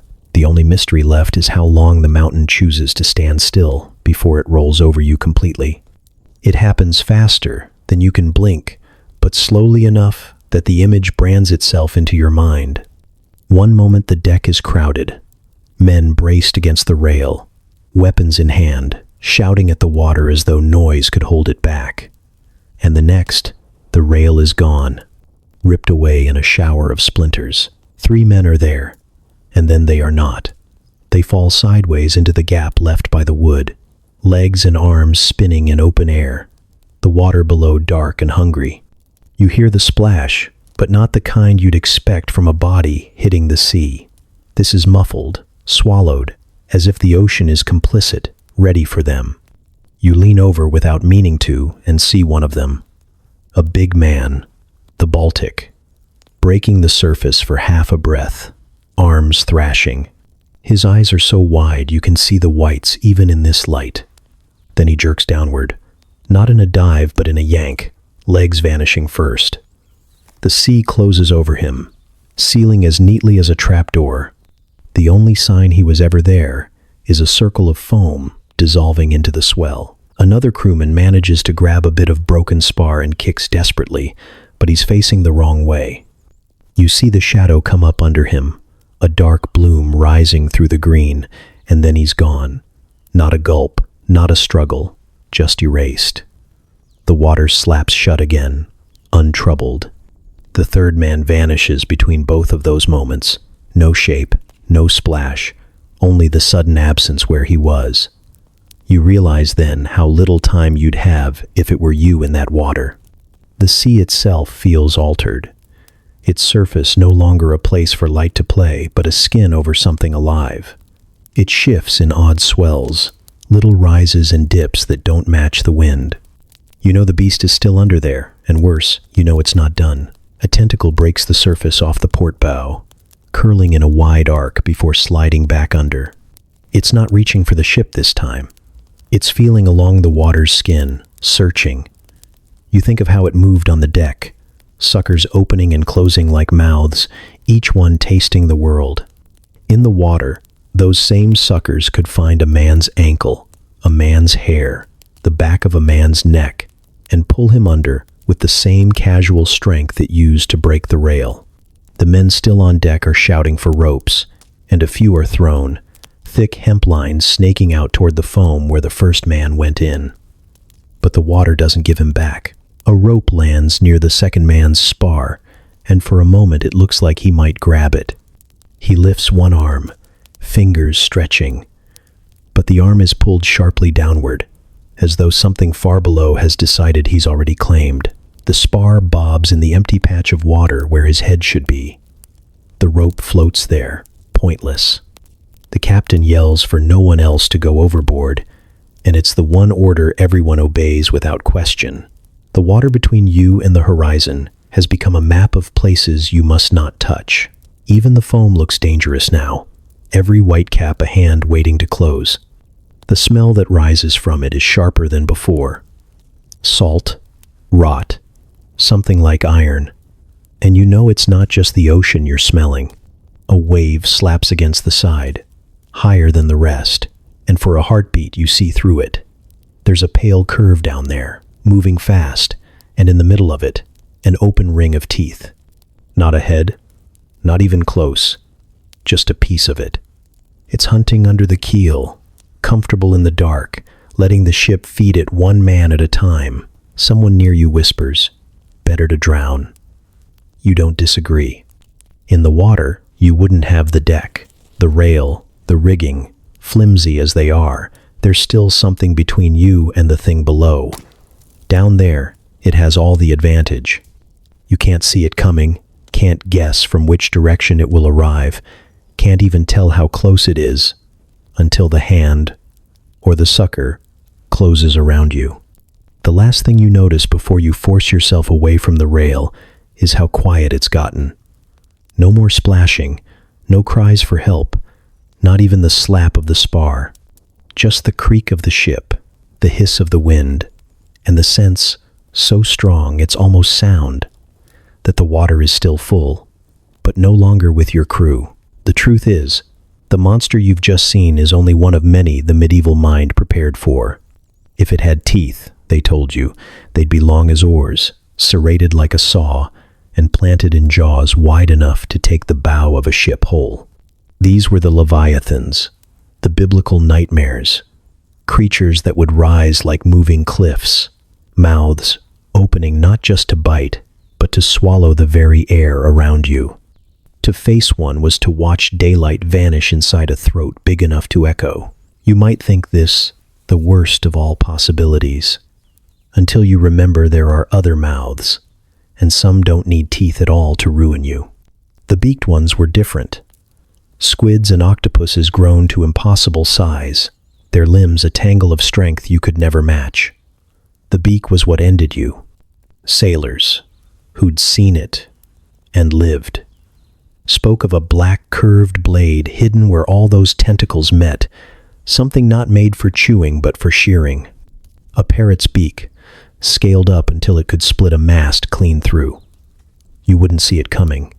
It worked in flashes, the way an executioner's sword does. One moment you were on the deck, still thinking you might get away, and the next your world was reduced to the sound of wood parting and bone following it. They said the beak could cut a man in half with a single bite, but that it preferred to work smaller, snapping off limbs before it took the rest. Like a craftsman breaking down wood for the fire. Then there were the baleen nightmares. You might laugh at first. A creature without teeth, nothing sharper than a curtain of keratin plates. But you'd stop laughing once you saw what they could do. A mouth wide as the deck and deep as the hold, designed to swallow an entire cloud of life at once. Sailors told stories of these great filter feeders sweeping through schools of fish so thick the water turned silver, and taking everything in its path, plankton to people. The baleen would strain the water, letting the sea back out but keeping whatever was too large to slip through the comb. Imagine yourself tangled in a living net, sucked in with the rest of the catch, pressed against a wall of bristles as the water rushed away and the darkness closed around you. No bite, no gore, just the crushing pressure of being held and dragged into a space that never meant to let you leave. There were hybrids too, things that had no business existing except in the half-sketched pages of a bestiary drawn by men who'd never left shore. Serpents with fish heads, whales with legs, sharks with beaks, things with too many eyes and too many mouths, all set in the wrong places. One tale spoke of a beast with a human face, except the mouth hinged too far, splitting the head in two when it opened. Another swore there was a fish with a wolf's muzzle, teeth snapping just above the waterline as it hunted in packs, howling like a gale when it closed in. And because medieval minds didn't just stop at killing, they also imagined the torturers, creatures that played with ships the way cats play with mice, circling, testing, bumping the hull to feel the timbers shudder. Things that didn't strike immediately, preferring to batter you for hours or days, breaking masts, tearing sails, driving you further off course before they finally claimed you. Some were said to blind you first, spraying foul water across the deck until men stumbled and vomited, unable to fight. Others wrapped the hull in their coils and simply waited, squeezing a little tighter every hour, until the planks popped like ribs. Every kind was worse than the last because each promised a different death. Teeth would be quick, if you were lucky. A beak would be surgical, but not merciful. Baleen would smother, drown, and hold you until your chest stopped fighting, and the torturers, well, they'd let you know they were there. They'd make sure you counted every second between the first strike and the last. When you think of it that way, you realize it's not about which is worst. It's about which one happens to find you first. It starts with the fog rolling in thick enough to eat the horizon. One moment you can still see the faint outline of the water-meeting sky. The next, the world folds inward, leaving you in a shrinking pocket of gray. The sea muffles under it, sound flattening, so that every splash and creak feels like it's happening inside your skull. Men move closer together, voices low, as though speaking too loudly might draw the thing back. The truth is, you don't know if it's gone at all. The fog just means you can't tell where it is. Then, the shouting starts. Not the panicked kind at first, but short, clipped barks from somewhere near the bow. You can't make out the words, but the tone is sharp enough to cut through the air. Footsteps thud across the deck, faster now, and a rope slaps hard against the mast. The sail flutters and cracks as the wind shifts, though you can't feel it on your skin. Somewhere forward, someone yells a name, and it comes back wrong. Stretched, thinned by the mist, the kind of sound that could have traveled a mile or been whispered right next to you. The first scream is human, at least you think it is. It's high, startled, then breaks off like the breath's been yanked from the body that made it. The fog swallows the direction, leaves you spinning to find the source. Two men vanish toward the sound, and you lose them 3 steps in. A coil of rope, left loose on the deck, writhes like a living thing as the wind tugs it into loops.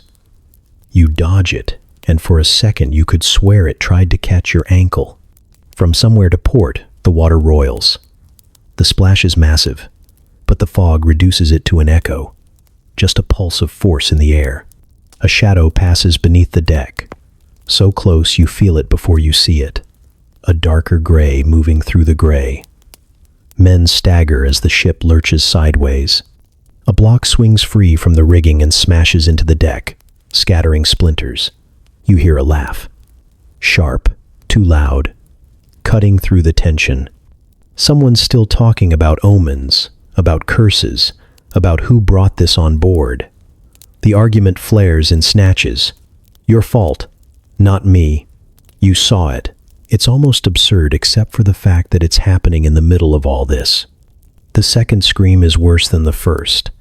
It's longer, torn from deep in the chest, and it doesn't stop even as it gets further away. You can picture the mouth making it, wide and straining, before it's pulled under. The noise cuts off suddenly, replaced by the wet slap of water against wood. No one moves toward it this time. The fog has taught them that the edge of the deck is a place you don't visit without being invited. The ropes begin to move more violently now, snapping taut and whipping back with enough force to bruise. One catches a man across the shoulders, spinning him into the mast. Another flicks past your face, the sound sharp in your ear. A line goes overboard, and the crew hauls it back, only to find the end frayed and wet with something thicker than seawater. The mist dampens the smell, but it's there. Metallic, like a fresh wound. Somewhere aft, there's a crash, followed by the groan of timber under strain. You hear someone's boots hammering toward the pumps, and another man bellowing about a breach. But the words are snatched into the fog almost before they leave his mouth. Shapes move at the edge of your vision. Men or arms or something else entirely. You try to focus, but the mist makes every outline flicker, dissolve, reappear. It's impossible to tell if you're looking at crew or at the thing that wants to take them. The shouting dwindles into mutters, then into nothing. All that's left is the slap of the loosened sail and the occasional hiss of a rope sliding against wood. The air feels wet enough to drink. And somewhere out there, in the thickest part of the gray, you hear breathing, not the quick pant of a man, but the slow, deliberate draw of something that knows exactly where you are. You think there has to be a limit. A beast is bad enough. The fog is bad enough. Somewhere in the ledger of suffering, there should be a line that says, "No more for today." The sea does not keep ledgers. It keeps moods. And its mood turns. The wind comes back the way an argument does. Sudden, petty, determined to be right. It slips over the deck as a cool hand at first, teasing the slack lines into lazy motion, then shoves. The sail snaps full, and the whole ship flinches like a horse struck in the ribs. The fog shreds into strips that whip past your face, revealing a horizon already misbehaving. Squat, ugly waves muscle in at angles that make no sense, colliding in gray pyramids that rise, sneer, and break. The helmsman plants his feet and drags the tiller against a force that feels insulted you're still here. Thunder announces itself from nowhere, not a distant rumor but a personal introduction right over your head. The sky has been hiding a storm behind the fog's skirt, and now it lifts the hem to show you. Clouds squat low and sour, the color of old bruises.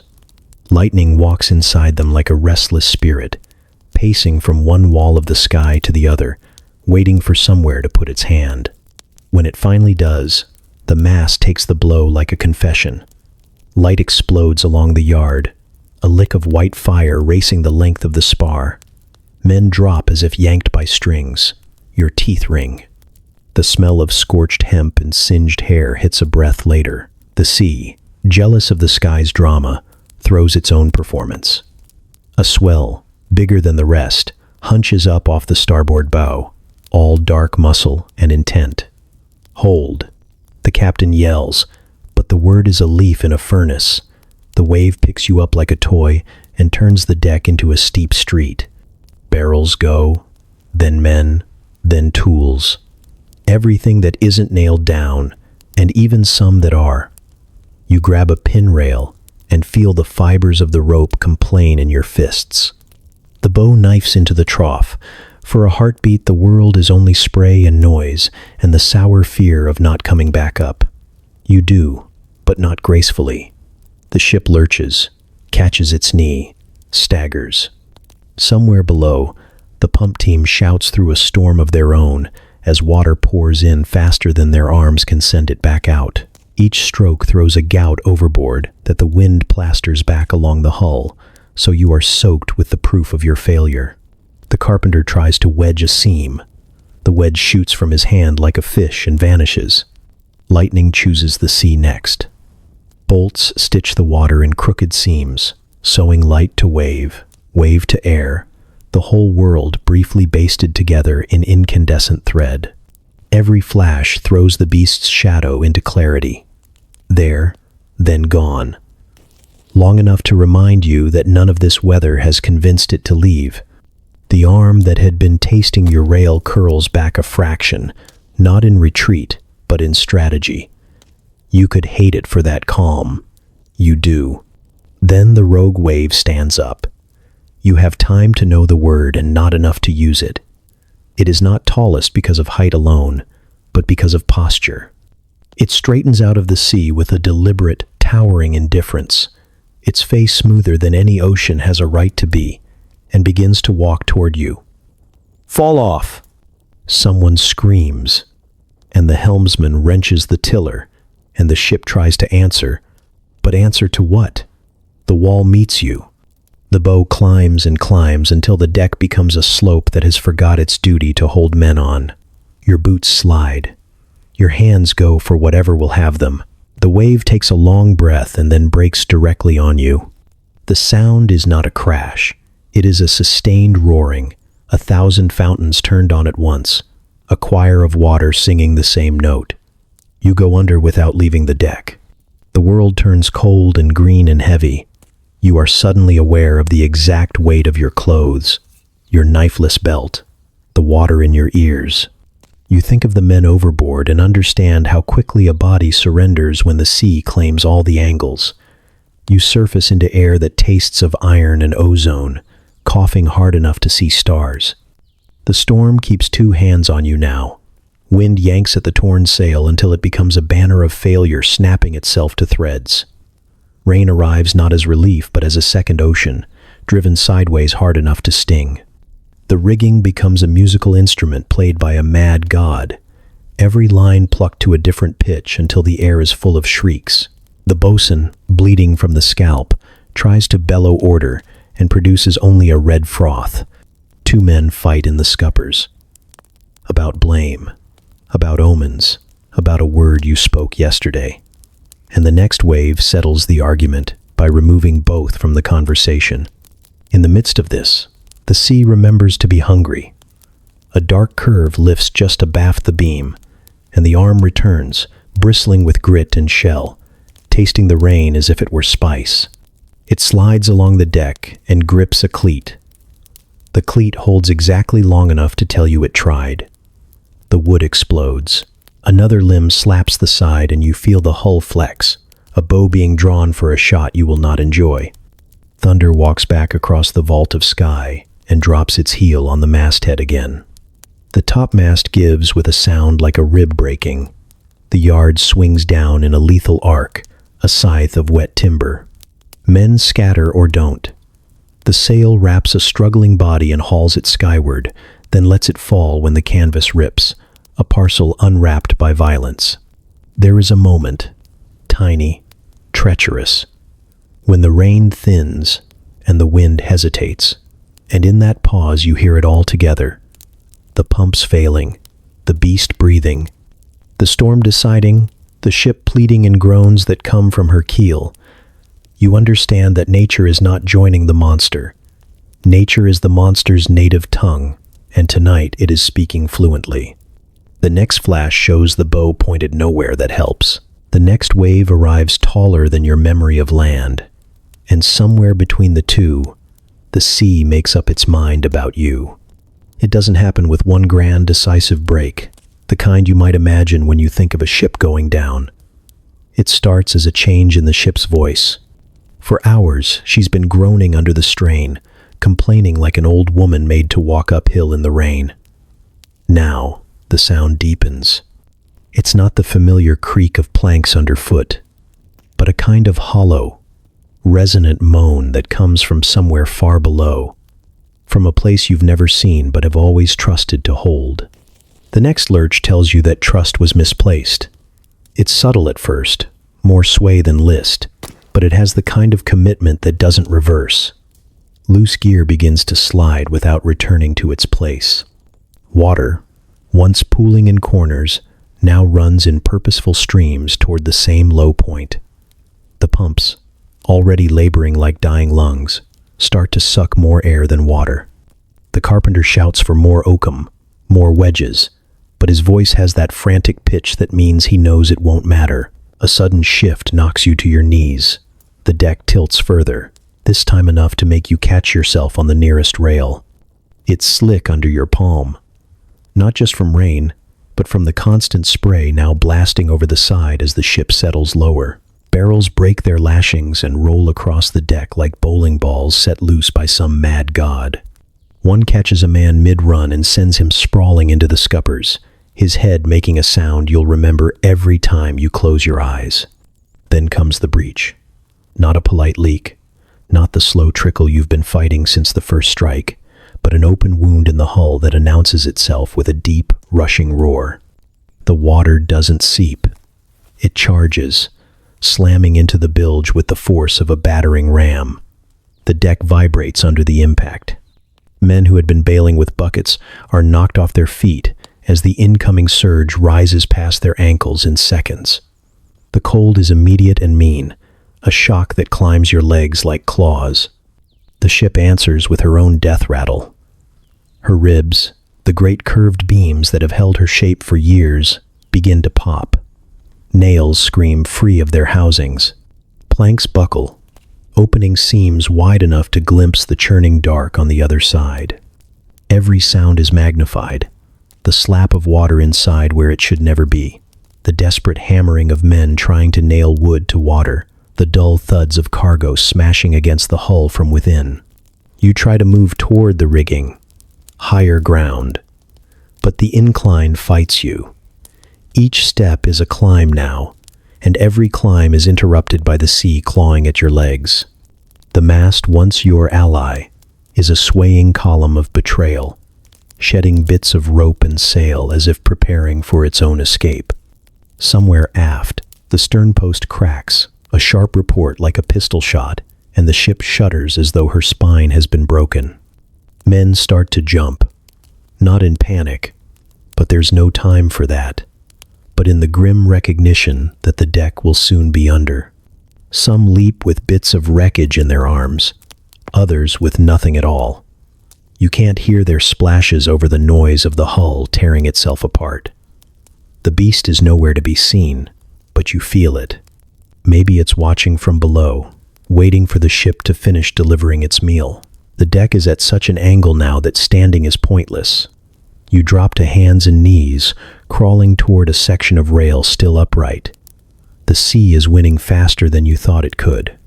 Water foams around you, rising in a froth that smells of salt, rot, and tar. It's in your boots, your sleeves, your mouth. The cold is so total it burns. When the mainmast goes, it takes the last of the ship's dignity with it. It doesn't snap cleanly, but wrenches from its step, tearing a ragged hole in the deck before rolling into the sea. The rigging whips across the deck, a snarled web that catches two men and drags them screaming over the side. The hole yawns wider, the water pours faster, and suddenly the ship feels less like a vessel and more like a stone being dropped into a well. You cling to the rail, but the rail is no longer part of something that floats. It's just wood, and the wood is leaving the world of air. The bow dips, the stern rises, and the horizon tilts into madness. Your grip slips, the sea comes over your head, and just like that, the ship is gone. The water closes over you with the weight of a falling roof, and for a moment there's only the blind, crushing dark. You kick, twist, claw at the sea, but there's no up or down, only the pull. It's not the chaotic drag of a current or the tumbling spin of a wave. This is directional, deliberate. Something has you. You feel it in the steady rhythm of the movement. Each jerk a measured step towards somewhere you don't want to go. The pressure on your chest builds until every breath is a theft from yourself. Then comes the shift, the change from water all around to something more confined. The sensation is obscene. The water churns into froth, warmer now, threaded with grit that scrapes along your skin. The space tightens, squeezing you through an opening just wide enough to admit you, but not your hope. You're aware of ridges sliding past you, hard and slick, each lined with barbs angled backward. They don't pierce so much as hold, discouraging any thought of retreat. The smell. Yes, you can smell it even here. Floods your head. A stench of salt, rot, and meat, long since reduced to pulp. You understand then that you've crossed a threshold. This is not the sea anymore. This is inside. The walls pulse faintly, muscle contracting and releasing in a rhythm you don't want to count. Water sloshes with each movement, laced with strands of something fibrous that snag your limbs and tighten as you fight them. Your skin prickles in places where the water feels thicker, almost oily, and the burning starts there, spreading slow but sure. In the medieval mind, this was where the story ended, but the truth is, it's only the middle. Sailors spoke of stomachs lined with grinding plates, like millstones slick with bile, breaking down anything unlucky enough to reach them. You imagine being pressed against one, your ribs creaking under the weight as flesh parts from bone. Others said the beast's gut was full of stones and grit, swirling constantly to help crush the larger prey, a living mortar and pestle powered by the same muscle now carrying you deeper. And always there is the acid. Medieval bestiaries spoke of burning waters inside sea monsters capable of dissolving even the hardest armor. They pictured knights swallowed whole, their mail hissing and curling like leaves in a fire. the flesh beneath boiling away until nothing remained but bones slick as driftwood. You feel it now in the bite of the water against your skin, the way it stings your lips and eyes, the softening of calluses you've carried for years. The burn is patient but thorough. You kick, strike, claw at the walls around you, but they only flex and absorb the blows, tightening in reply. Each movement drives you deeper into the throat's slow undulation. It's not a straight path. You are turned, rolled, compressed.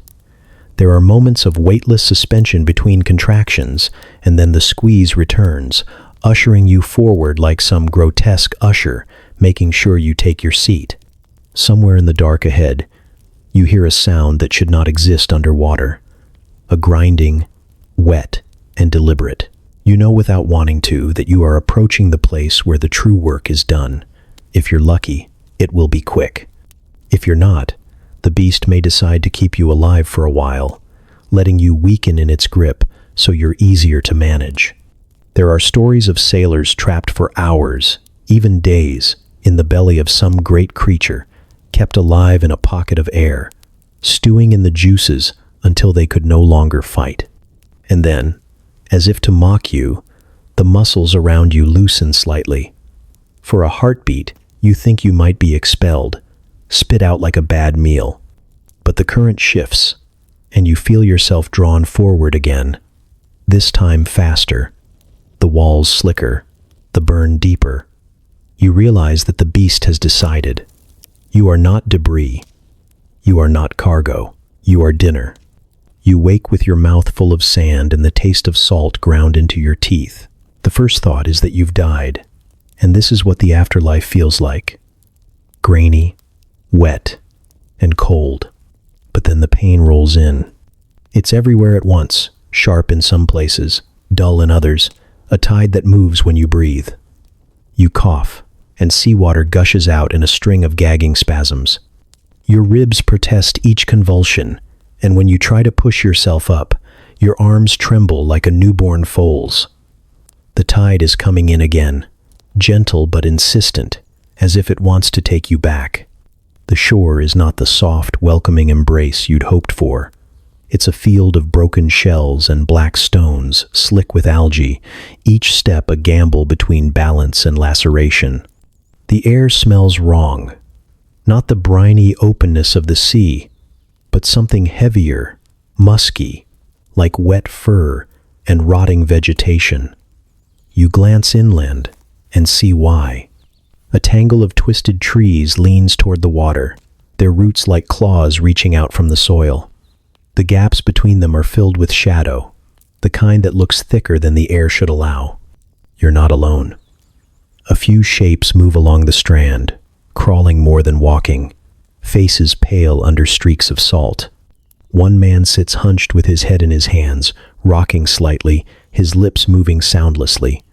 Another tries to stand and fails, falling back with a cry that's more animal than human. Everyone who's made it ashore is marked. By cuts, by bruises, by the hollow-eyed stare of someone who's left a part of themselves out there in the water. Hunger gnaws almost immediately, a sharp and unreasonable thing given what your body's just endured. The ship's stores are gone, and anything edible that washed up with you is already claimed by the gulls. They watch from the rocks, eyes bright and unblinking, waiting for you to stop moving. You're aware that you might be on their menu sooner than you'd like to think. The forest offers no comfort. The ground under the trees is soft and treacherous, smelling of rot. You hear movement there, quick bursts, then silence. The kind of silence that follows because something is watching. In the medieval mind, coasts like these were haunted by things that preferred their meat already softened by the sea. Wolves, they'd say, with wet fur and eyes like coins. Or worse, creatures that looked like men until you were close enough to see the teeth. You remember those stories now not because you believe them, but because your instincts don't care about belief. One of the survivors calls out, a hoarse, desperate shout, and is answered by nothing but the gulls. He calls again, and the tone changes, moving from summoning to bargaining, then to something like prayer. No one moves to join him. You all hear the same thing, a faint splash from the shallows, followed by the slow ripple of water moving against the tide. Whatever it is, it's coming in. You stagger toward the tree line, knowing it's no safer but unable to stay where the water can touch you. Each step drives sand into your cuts, the grit mixing with the crusted salt to set your skin alight. Behind you, the man is still calling, though now the sound is broken into gasps. The splash is closer. You don't look back. The trees close around you, blotting out what little horizon you had. The air is heavier here, humid, filled with the steady drone of unseen insects. Something skitters across your path, too fast to name. The ground dips without warning, and you catch yourself on a root, only to feel it flex under your grip, as if it didn't like being touched. You let go quickly. The lucky ones, they'd say in the old tales, were those who made shore. But the shore doesn't care you've survived the monster. The shore has its own rules, its own hungers. And now you are here, weak, alone, and moving deeper into a place that looks at you the way the sea did. You're still prey. The only difference is the teeth waiting for you now belong to something that doesn't have to swim to reach you. The first thing you'd notice, if you ever saw the record of what happened to your ship, is that it's beautiful. Rich ink on vellum, letters straight as spear shafts, with capitals that curl like vines around miniature scenes. It would smell faintly of iron and animal skin. The second thing you'd notice is that it is wrong. Not just slightly wrong, not the way a fisherman rounds up the size of his catch. Fundamentally wrong. The kind of wrong that replaces the world you lived in with the one the chronicler wanted it to be. In the manuscript version, the ship is not a battered cog full of damp, underfed men. It is a proud galley, triple-masted, its sails painted with heraldry no one aboard could afford. The water is calm, the horizon clear, the crew described as valiant men of piety, even though half of them hadn't seen the inside of a church since they were baptized, and a good number had stolen from one since. You yourself might not even appear in the list of survivors. Instead, a figure entirely unknown to you takes your place. A captain in gilded mail, jaw square, eyes like polished stones, who is apparently the moral center of the voyage. The monster is bigger, of course. In the chronicler's telling, it blots out the sky, its back bristling with spines tipped in flame. Its eyes burn like twin suns, which would have been alarming given that, in reality, they looked more like wet glass marbles rimmed with barnacles. The tentacles are multiplied, each thicker than the ship's mast, and each movement of the creature causes the sea to boil with the righteous anger of the Lord. This makes no sense, but the chronicler writes it anyway, and in red ink for emphasis. Then there's the saint. In truth, no saint came within leagues of your disaster, unless you count the ship's cook, whose name was Saint only because it rhymed with his actual name, and he was too tired to argue. But in the manuscript, Saint whoever it is arrives just in time, striding barefoot across the waves as if the sea were cobblestone. He raises a hand, mutters something in Latin, and the monster recoils in terror. It does not drag men under, does not snap masts or breach hulls. It simply flees, cowed by the holiness of a man who, for all you know, was buried decades before you were born. Your part in the event, if it appears at all, is reduced to a footnote.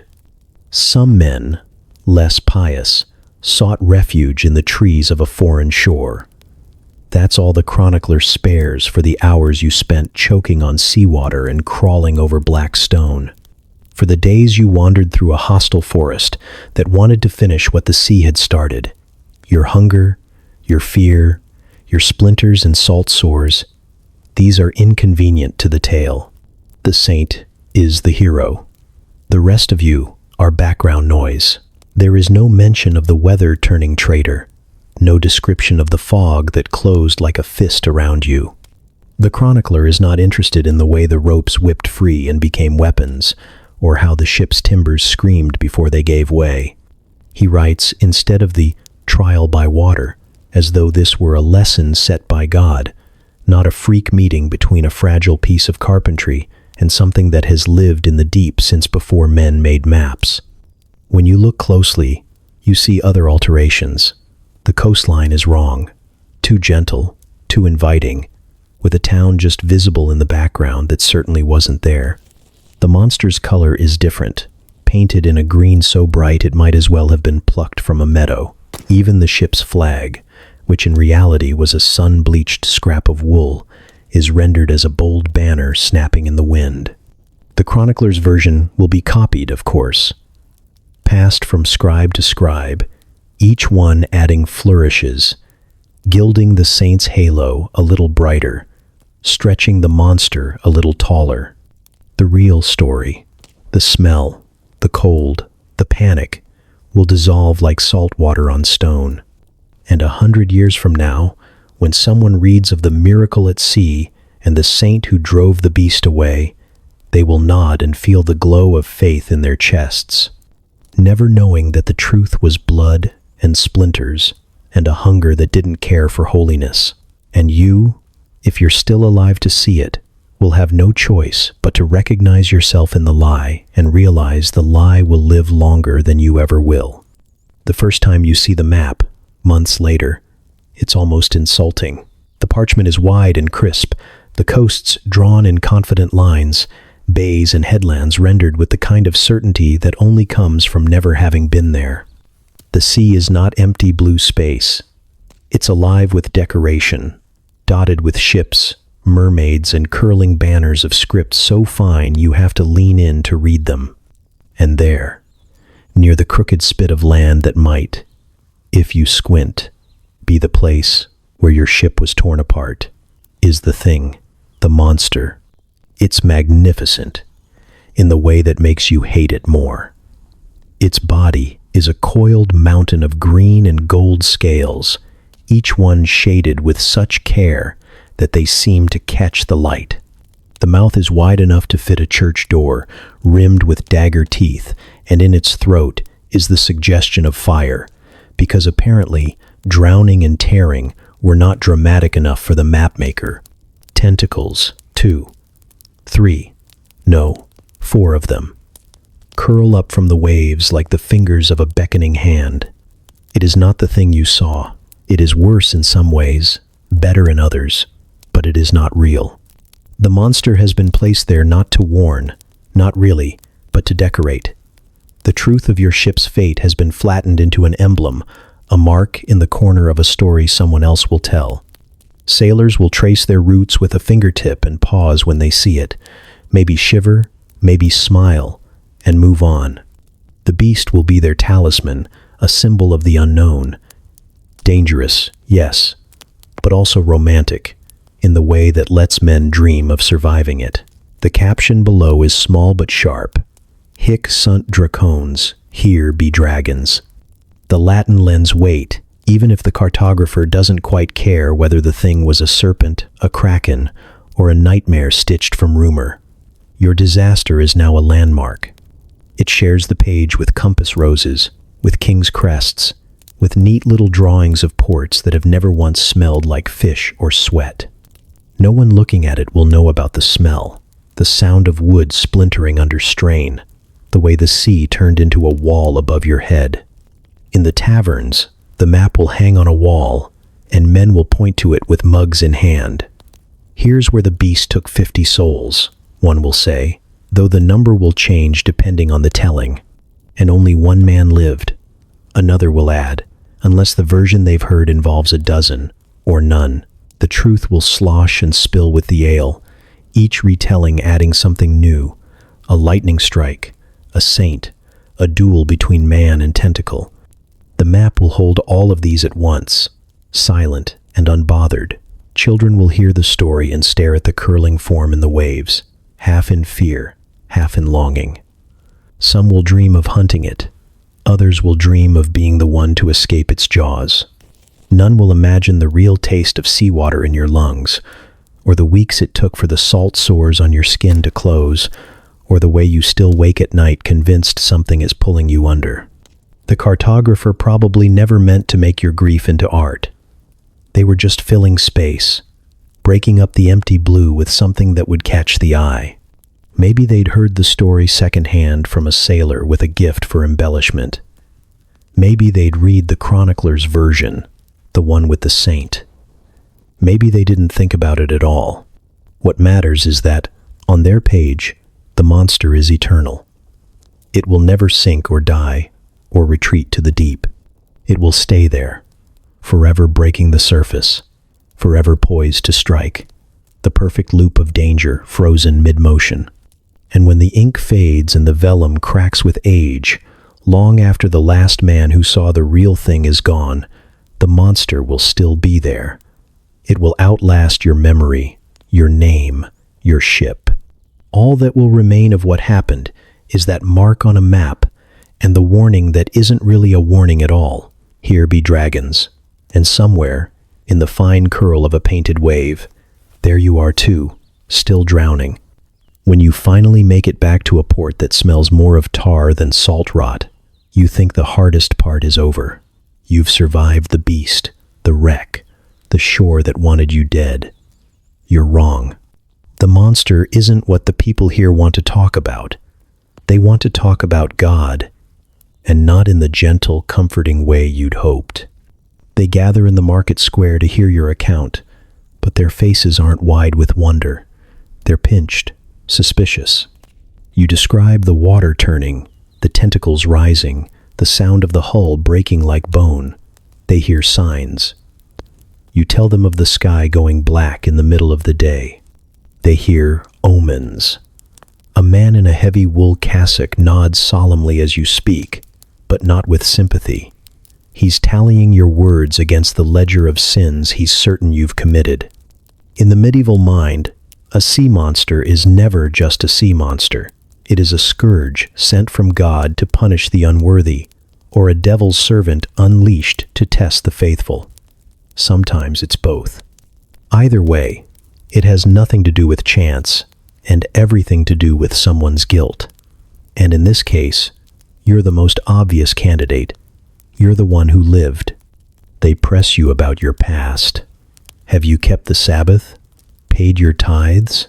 Have you spoken against the church or questioned the saints? Someone recalls a time you swore loudly in the street. Another swears they saw you pocket extra bread without paying. It doesn't take much. Men have been branded heretics for less. Soon the crowd has reshaped your voyage into a trial. The ship's destruction was the sentence. Your survival is the proof that the sentence is still being carried out. The priest takes your hand, not in comfort but in inspection, as if your skin might bear the devil's mark. He asks about the singing you heard beneath the waves. Was it like a hymn or like a wail? Did it make you feel joy or dread? You think about telling the truth, that it sounded like neither, that it was something beyond either word. But you realize too late that here the truth is just another form of guilt. A sermon follows, delivered not for your benefit but for the crowd's. It paints the beast as a manifestation of the Almighty's disapproval. The sea, he says, was made by God to be bountiful, to give fish and trade and safe passage to the righteous. When it turns against man, it is because man has turned against God. You watch their eyes slide from the priest to you, as if your very presence is the crack in the world that let the monster through. Whispers follow you into the tavern, the baker's stall, even the church. People begin to avoid touching you, or they touch you too much, crossing themselves after, as if you carry contagion. A woman spits in the dust when you pass. Someone tacks a note to your door with a drawing of a coiled serpent and the word blasphemer scratched beneath it. You tear it down, but more appear. It builds slow, the way storms do. First a few voices shouting when you pass, then stones thrown at your back. Then the night you wake to smoke and realize they've set fire to the thatch of your roof. You stamp it out with your bare feet, knowing they're trying to drive you out before the bishop comes, because the bishop's answer will be more final. You've heard of others in your place. Men stripped and whipped in the square for inviting God's punishment. Women drowned to see if they would float. Proof somehow of consorting with the devil. The luckiest are simply banished, though banishment means starvation if you can't find another town willing to take you in. The unluckiest are made into examples, and examples here tend to burn. You keep telling yourself the monster was just a beast. It was muscle and hunger and instinct, not divine fury or infernal malice. But you've seen how belief works. Belief doesn't care what happened. Belief cares who can be blamed. And in this place, that person is you. So when they come for you, rope in hand, you're not surprised. You only wish the monster had finished its work. At least its hunger was honest. It starts in the taverns, because it always does. You tell the story once, maybe twice, trying to keep it straight, trying to keep the details honest. The sea turned black. The ship went down. The thing in the water was too big to fight. But no one in a tavern drinks to hear about bad luck and panic. They want teeth like spears, waves as high as towers, and heroes who go down swinging. By the second, telling. Sometimes by the second, drink. The story is already changing, and not by your hand. The man at the next table swears he was there too. He wasn't. But he's heard enough to play along, and in his version the beast's eyes glow red, and its roar knocks men off their feet. Someone else adds that the monster dragged 3 ships down in the same day. A woman with arms like mooring ropes says her cousin saw it tear the moon's reflection from the water. By the time the night is over, it's less your story than the room's, and the room has no interest in letting the truth drag down a good yarn. From the taverns it seeps into the docks.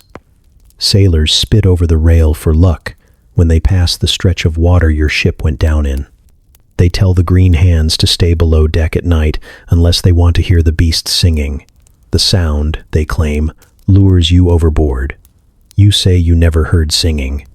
They laugh and say you wouldn't admit it if you had. It marks you as chosen, and chosen never live long. The words pass from crew to crew, ship to ship, until the monster has a name in every language, none of them the same. When merchants carry the tale inland, it shifts again. By the time it reaches a lord's hall, it's no longer the desperate struggle of a half-rotten cog, but the battle of a great warship, bristling with knights and catapults. The beast becomes a dragon, because dragons are easier to paint on a banner. The sea is replaced with a boiling cauldron, and the knights, of course, win, though at great cost. A bard recites the poem for the first time before the fire, and everyone nods because it feels true, even if it isn't. In the markets, they sell charms against it.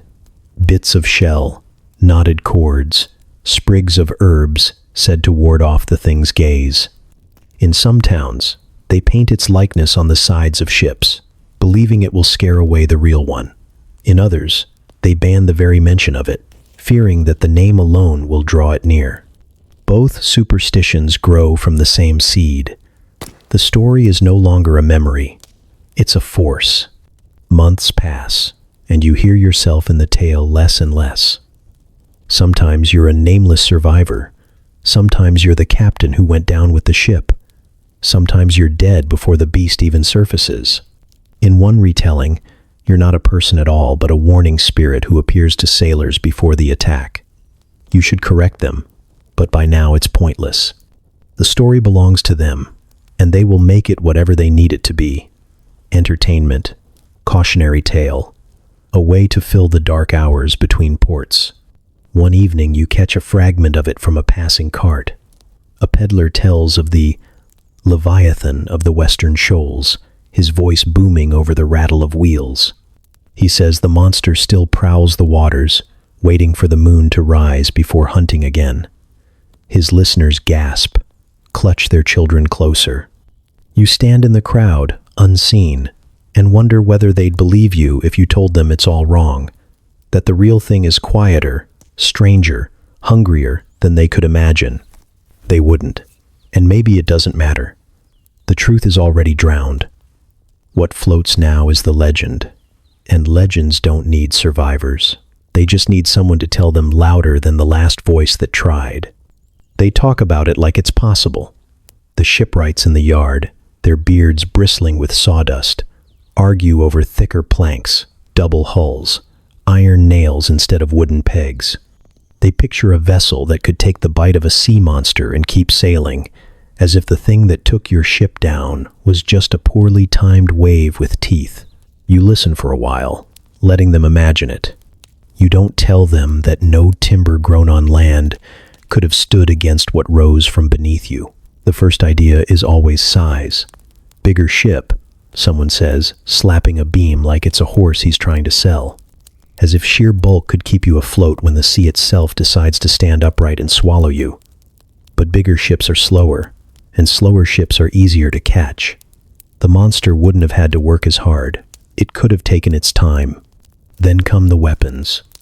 Crossbows the size of wagons, ballista bolts tipped with iron, cauldrons of boiling pitch, all fine in theory, until you remember what it's like to aim at something that doesn't stay still. Tentacles don't hold position while you line up a shot. They whip and coil and vanish before you've even drawn the string. And even if you landed a perfect strike, what then? The creature you fought didn't have a single, neat target. It was everywhere at once, beneath, beside, above. Wounding one part might just make the rest angrier. Some argue for speed instead. Sleek hulls, stripped-down decks, fewer men. You could outrun the thing, they say, but you know what water feels like when it's moving in the wrong direction, when the current fights you harder than the wind can push. You've felt the way the sea grows heavy under a shadow, the pull that's not quite a tide but something stronger, older. You don't outrun that. A few get more creative. Reinforce the hull with metal plates. Drape the sides in spikes to keep tentacles from getting purchase. Lash barrels under the keel so even if it breaks, it still floats. But you can't plate every surface, and spikes mean nothing to something that can snap a mast in half with a casual twist, and floating wreckage is still wreckage. It just gives the monster more time to decide what to eat first. Someone half-jokingly suggests building a ship entirely of stone. It would sink under its own weight before it left the harbor, but at least, they say, the monster couldn't chew through it. You picture it anyway. A stone coffin bobbing in the waves, and the beast simply wrapping around it, dragging it under with no more effort than a man might pull a stool across a floor. No one suggests staying on land. That's not how sailors think. The sea is both the danger and the point. To avoid it entirely would be to give up the trade, the fishing, the raids, the chance for stories. They'd rather risk being torn in half than admit the water doesn't belong to them. So, the talk continues. Better ships, sharper weapons, faster crews. The belief that the right combination of wood, iron, and courage can outwit a thing that's been killing since before men built the first boat. You don't tell them the truth. That the only thing you could have done differently was not leave shore in the first place. That every monster-proof ship is just a floating hope, and hope doesn't stop teeth from closing. You let them talk, because the dream of safety is the only thing that lets them set sail again. And maybe that's the point. Not to build a ship that can't be sunk, but to pretend long enough to believe you've built one. Even if you know, deep down, that the next time the sea boils beneath you, the ship won't save you any more than the last one did. The monster you saw doesn't live in any book of natural history, but when you start picking at the memory, pieces of it do. The curling length of the tentacle. Maybe that was squid, the real kind. The kind that live in a darkness you can't imagine. Arms lined with suckers like rings of pale teeth. Sailors sometimes drag them up by accident, dead but still writhing, the eyes black as pitch and big enough to reflect your whole face. You can see how, after a few drinks and a few years, those scraps became a creature large enough to drown ships. Then there's the bulk of it. the way it loomed under the water like a shadow cast from the sea floor itself. Whales do that. Great dark shapes rising without a sound until they break the surface in a rush of air and spray. Medieval sailors, unprepared for anything larger than the boats they lived on, could look at a surfacing right whale and see the back of a beast with no end. A spout becomes the breath of a dragon. A rolling fin becomes a wing. A fluke vanishing beneath the waves becomes the tail of something diving down to strike. Sharks, too, have their place in it.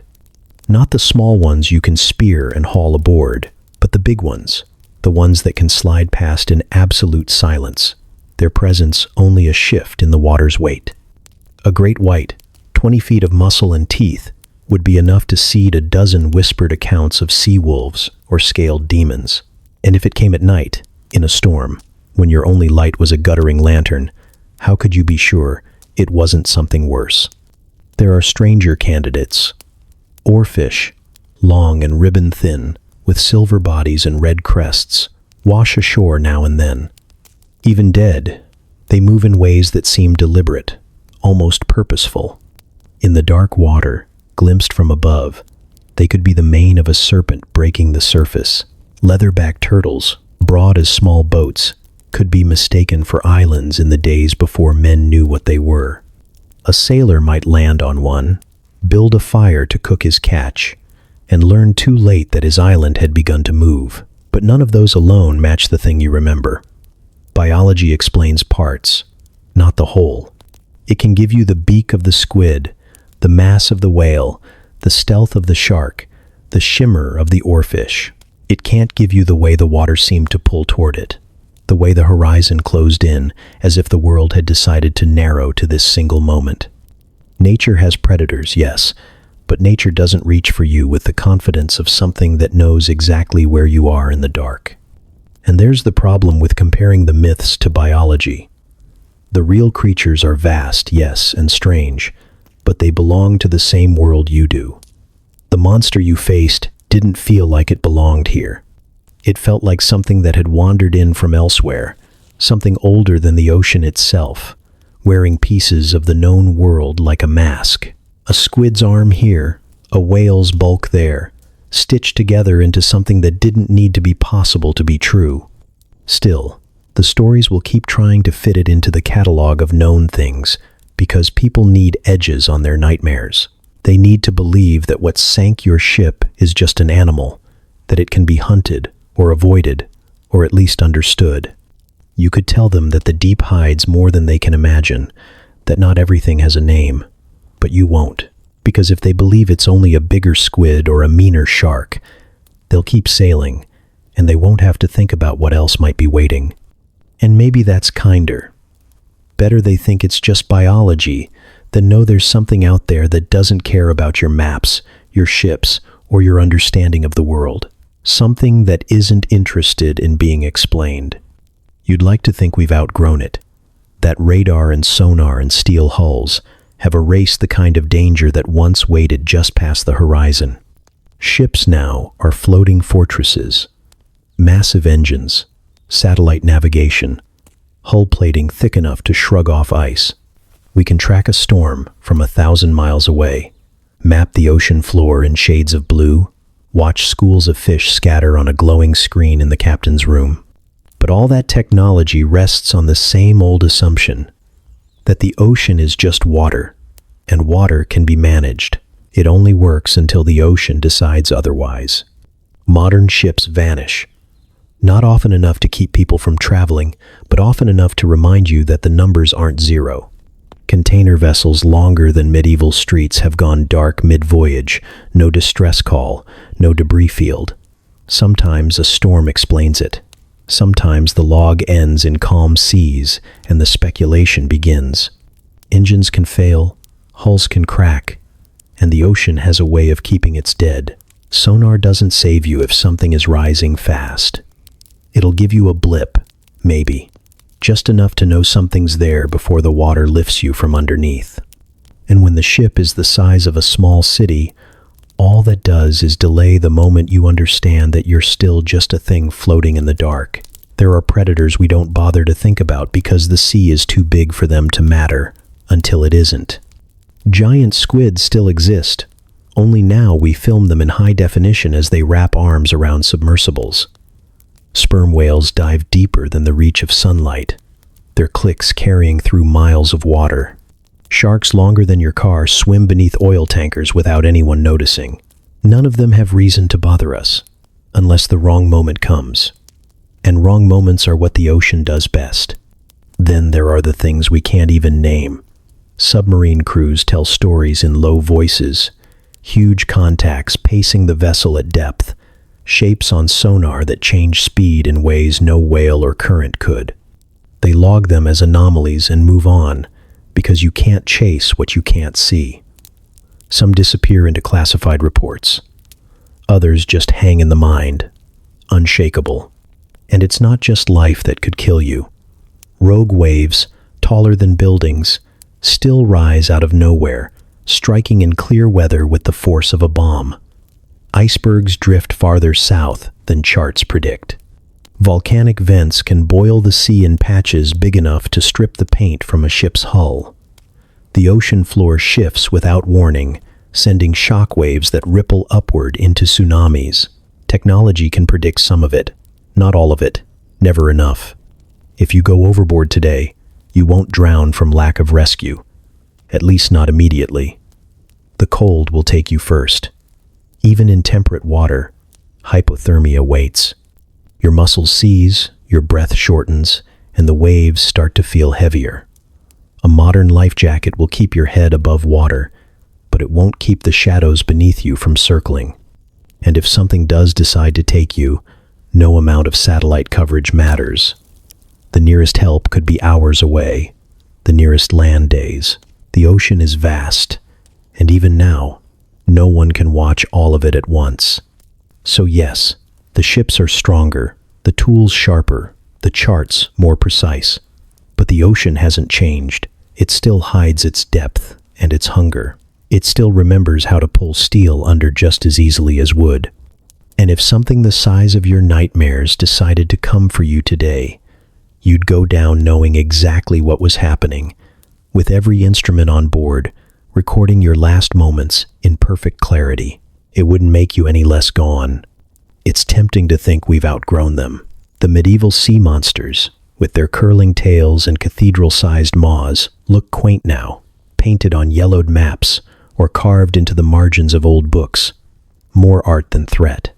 You can stand in a climate-controlled museum, study the fine ink lines, and feel entirely safe. You can tell yourself that those sailors were just frightened men, spinning stories to make sense of storms and shadows. That the beasts they swore they saw were really whales, or squid, or tricks of the light on a rough horizon. And yet, the legend doesn't sink.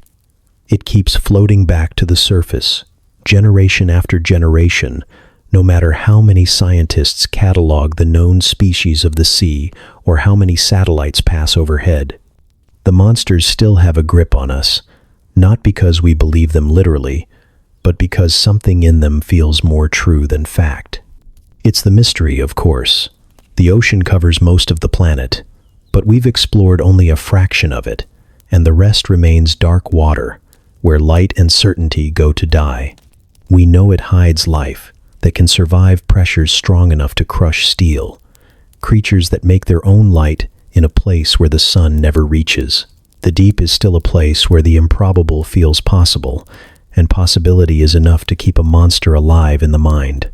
It's also the fear, the kind that wears different masks, but never really changes. In the Middle Ages, a sailor could step onto a deck and not set foot on land again for months, sleeping above a void hundreds of fathoms deep. Today, you can fly over that same water in hours, but the feeling is still there if you let yourself think about it. That vast, unbroken expanse with no help anywhere near, and no walls between you and whatever lives beneath. The shape of the fear is the same, even if the tools have changed. And there's something else, something harder to admit. We like them. We like the monsters. They give the ocean a face, a voice, a personality. They turn the sea from an impersonal force into an antagonist you can imagine outwitting or defeating, or at least describing in a story. A storm doesn't care if you live or die, but a monster can be fought, feared, even respected. It's easier to hate something with an eye and teeth than to hate an element. The medieval mind underestimated the ocean by turning it into a single foe. Ours does the same by thinking we've conquered it. The truth is, the water has always been bigger than our ships, our maps, our understanding. The sea monsters of the past are just a reflection of that fact, a way to dress it in scales so we can talk about it without admitting we're still small. So, the legend stays. It stays in the corners of maps where the ink grows darker. It stays in the stories told to children on sleepless nights, in the half-joking warnings sailors still give each other, in the pull you feel when you look out over the horizon and imagine something moving just under the surface. It stays because the ocean still refuses to tell us everything, and as long as it keeps its secrets, we'll keep filling the gaps with teeth. The medieval sailors are long gone, their ships rotted into the seabed, their monsters painted into permanence. But the habit they had, the need to explain the unexplainable, hasn't left us. We just carry it in different shapes now. And somewhere, far from any shore, there is still a patch of water with no bottom in sight, and something moving in the dark, and someone on a deck telling themselves it's nothing. That's how the next legend begins.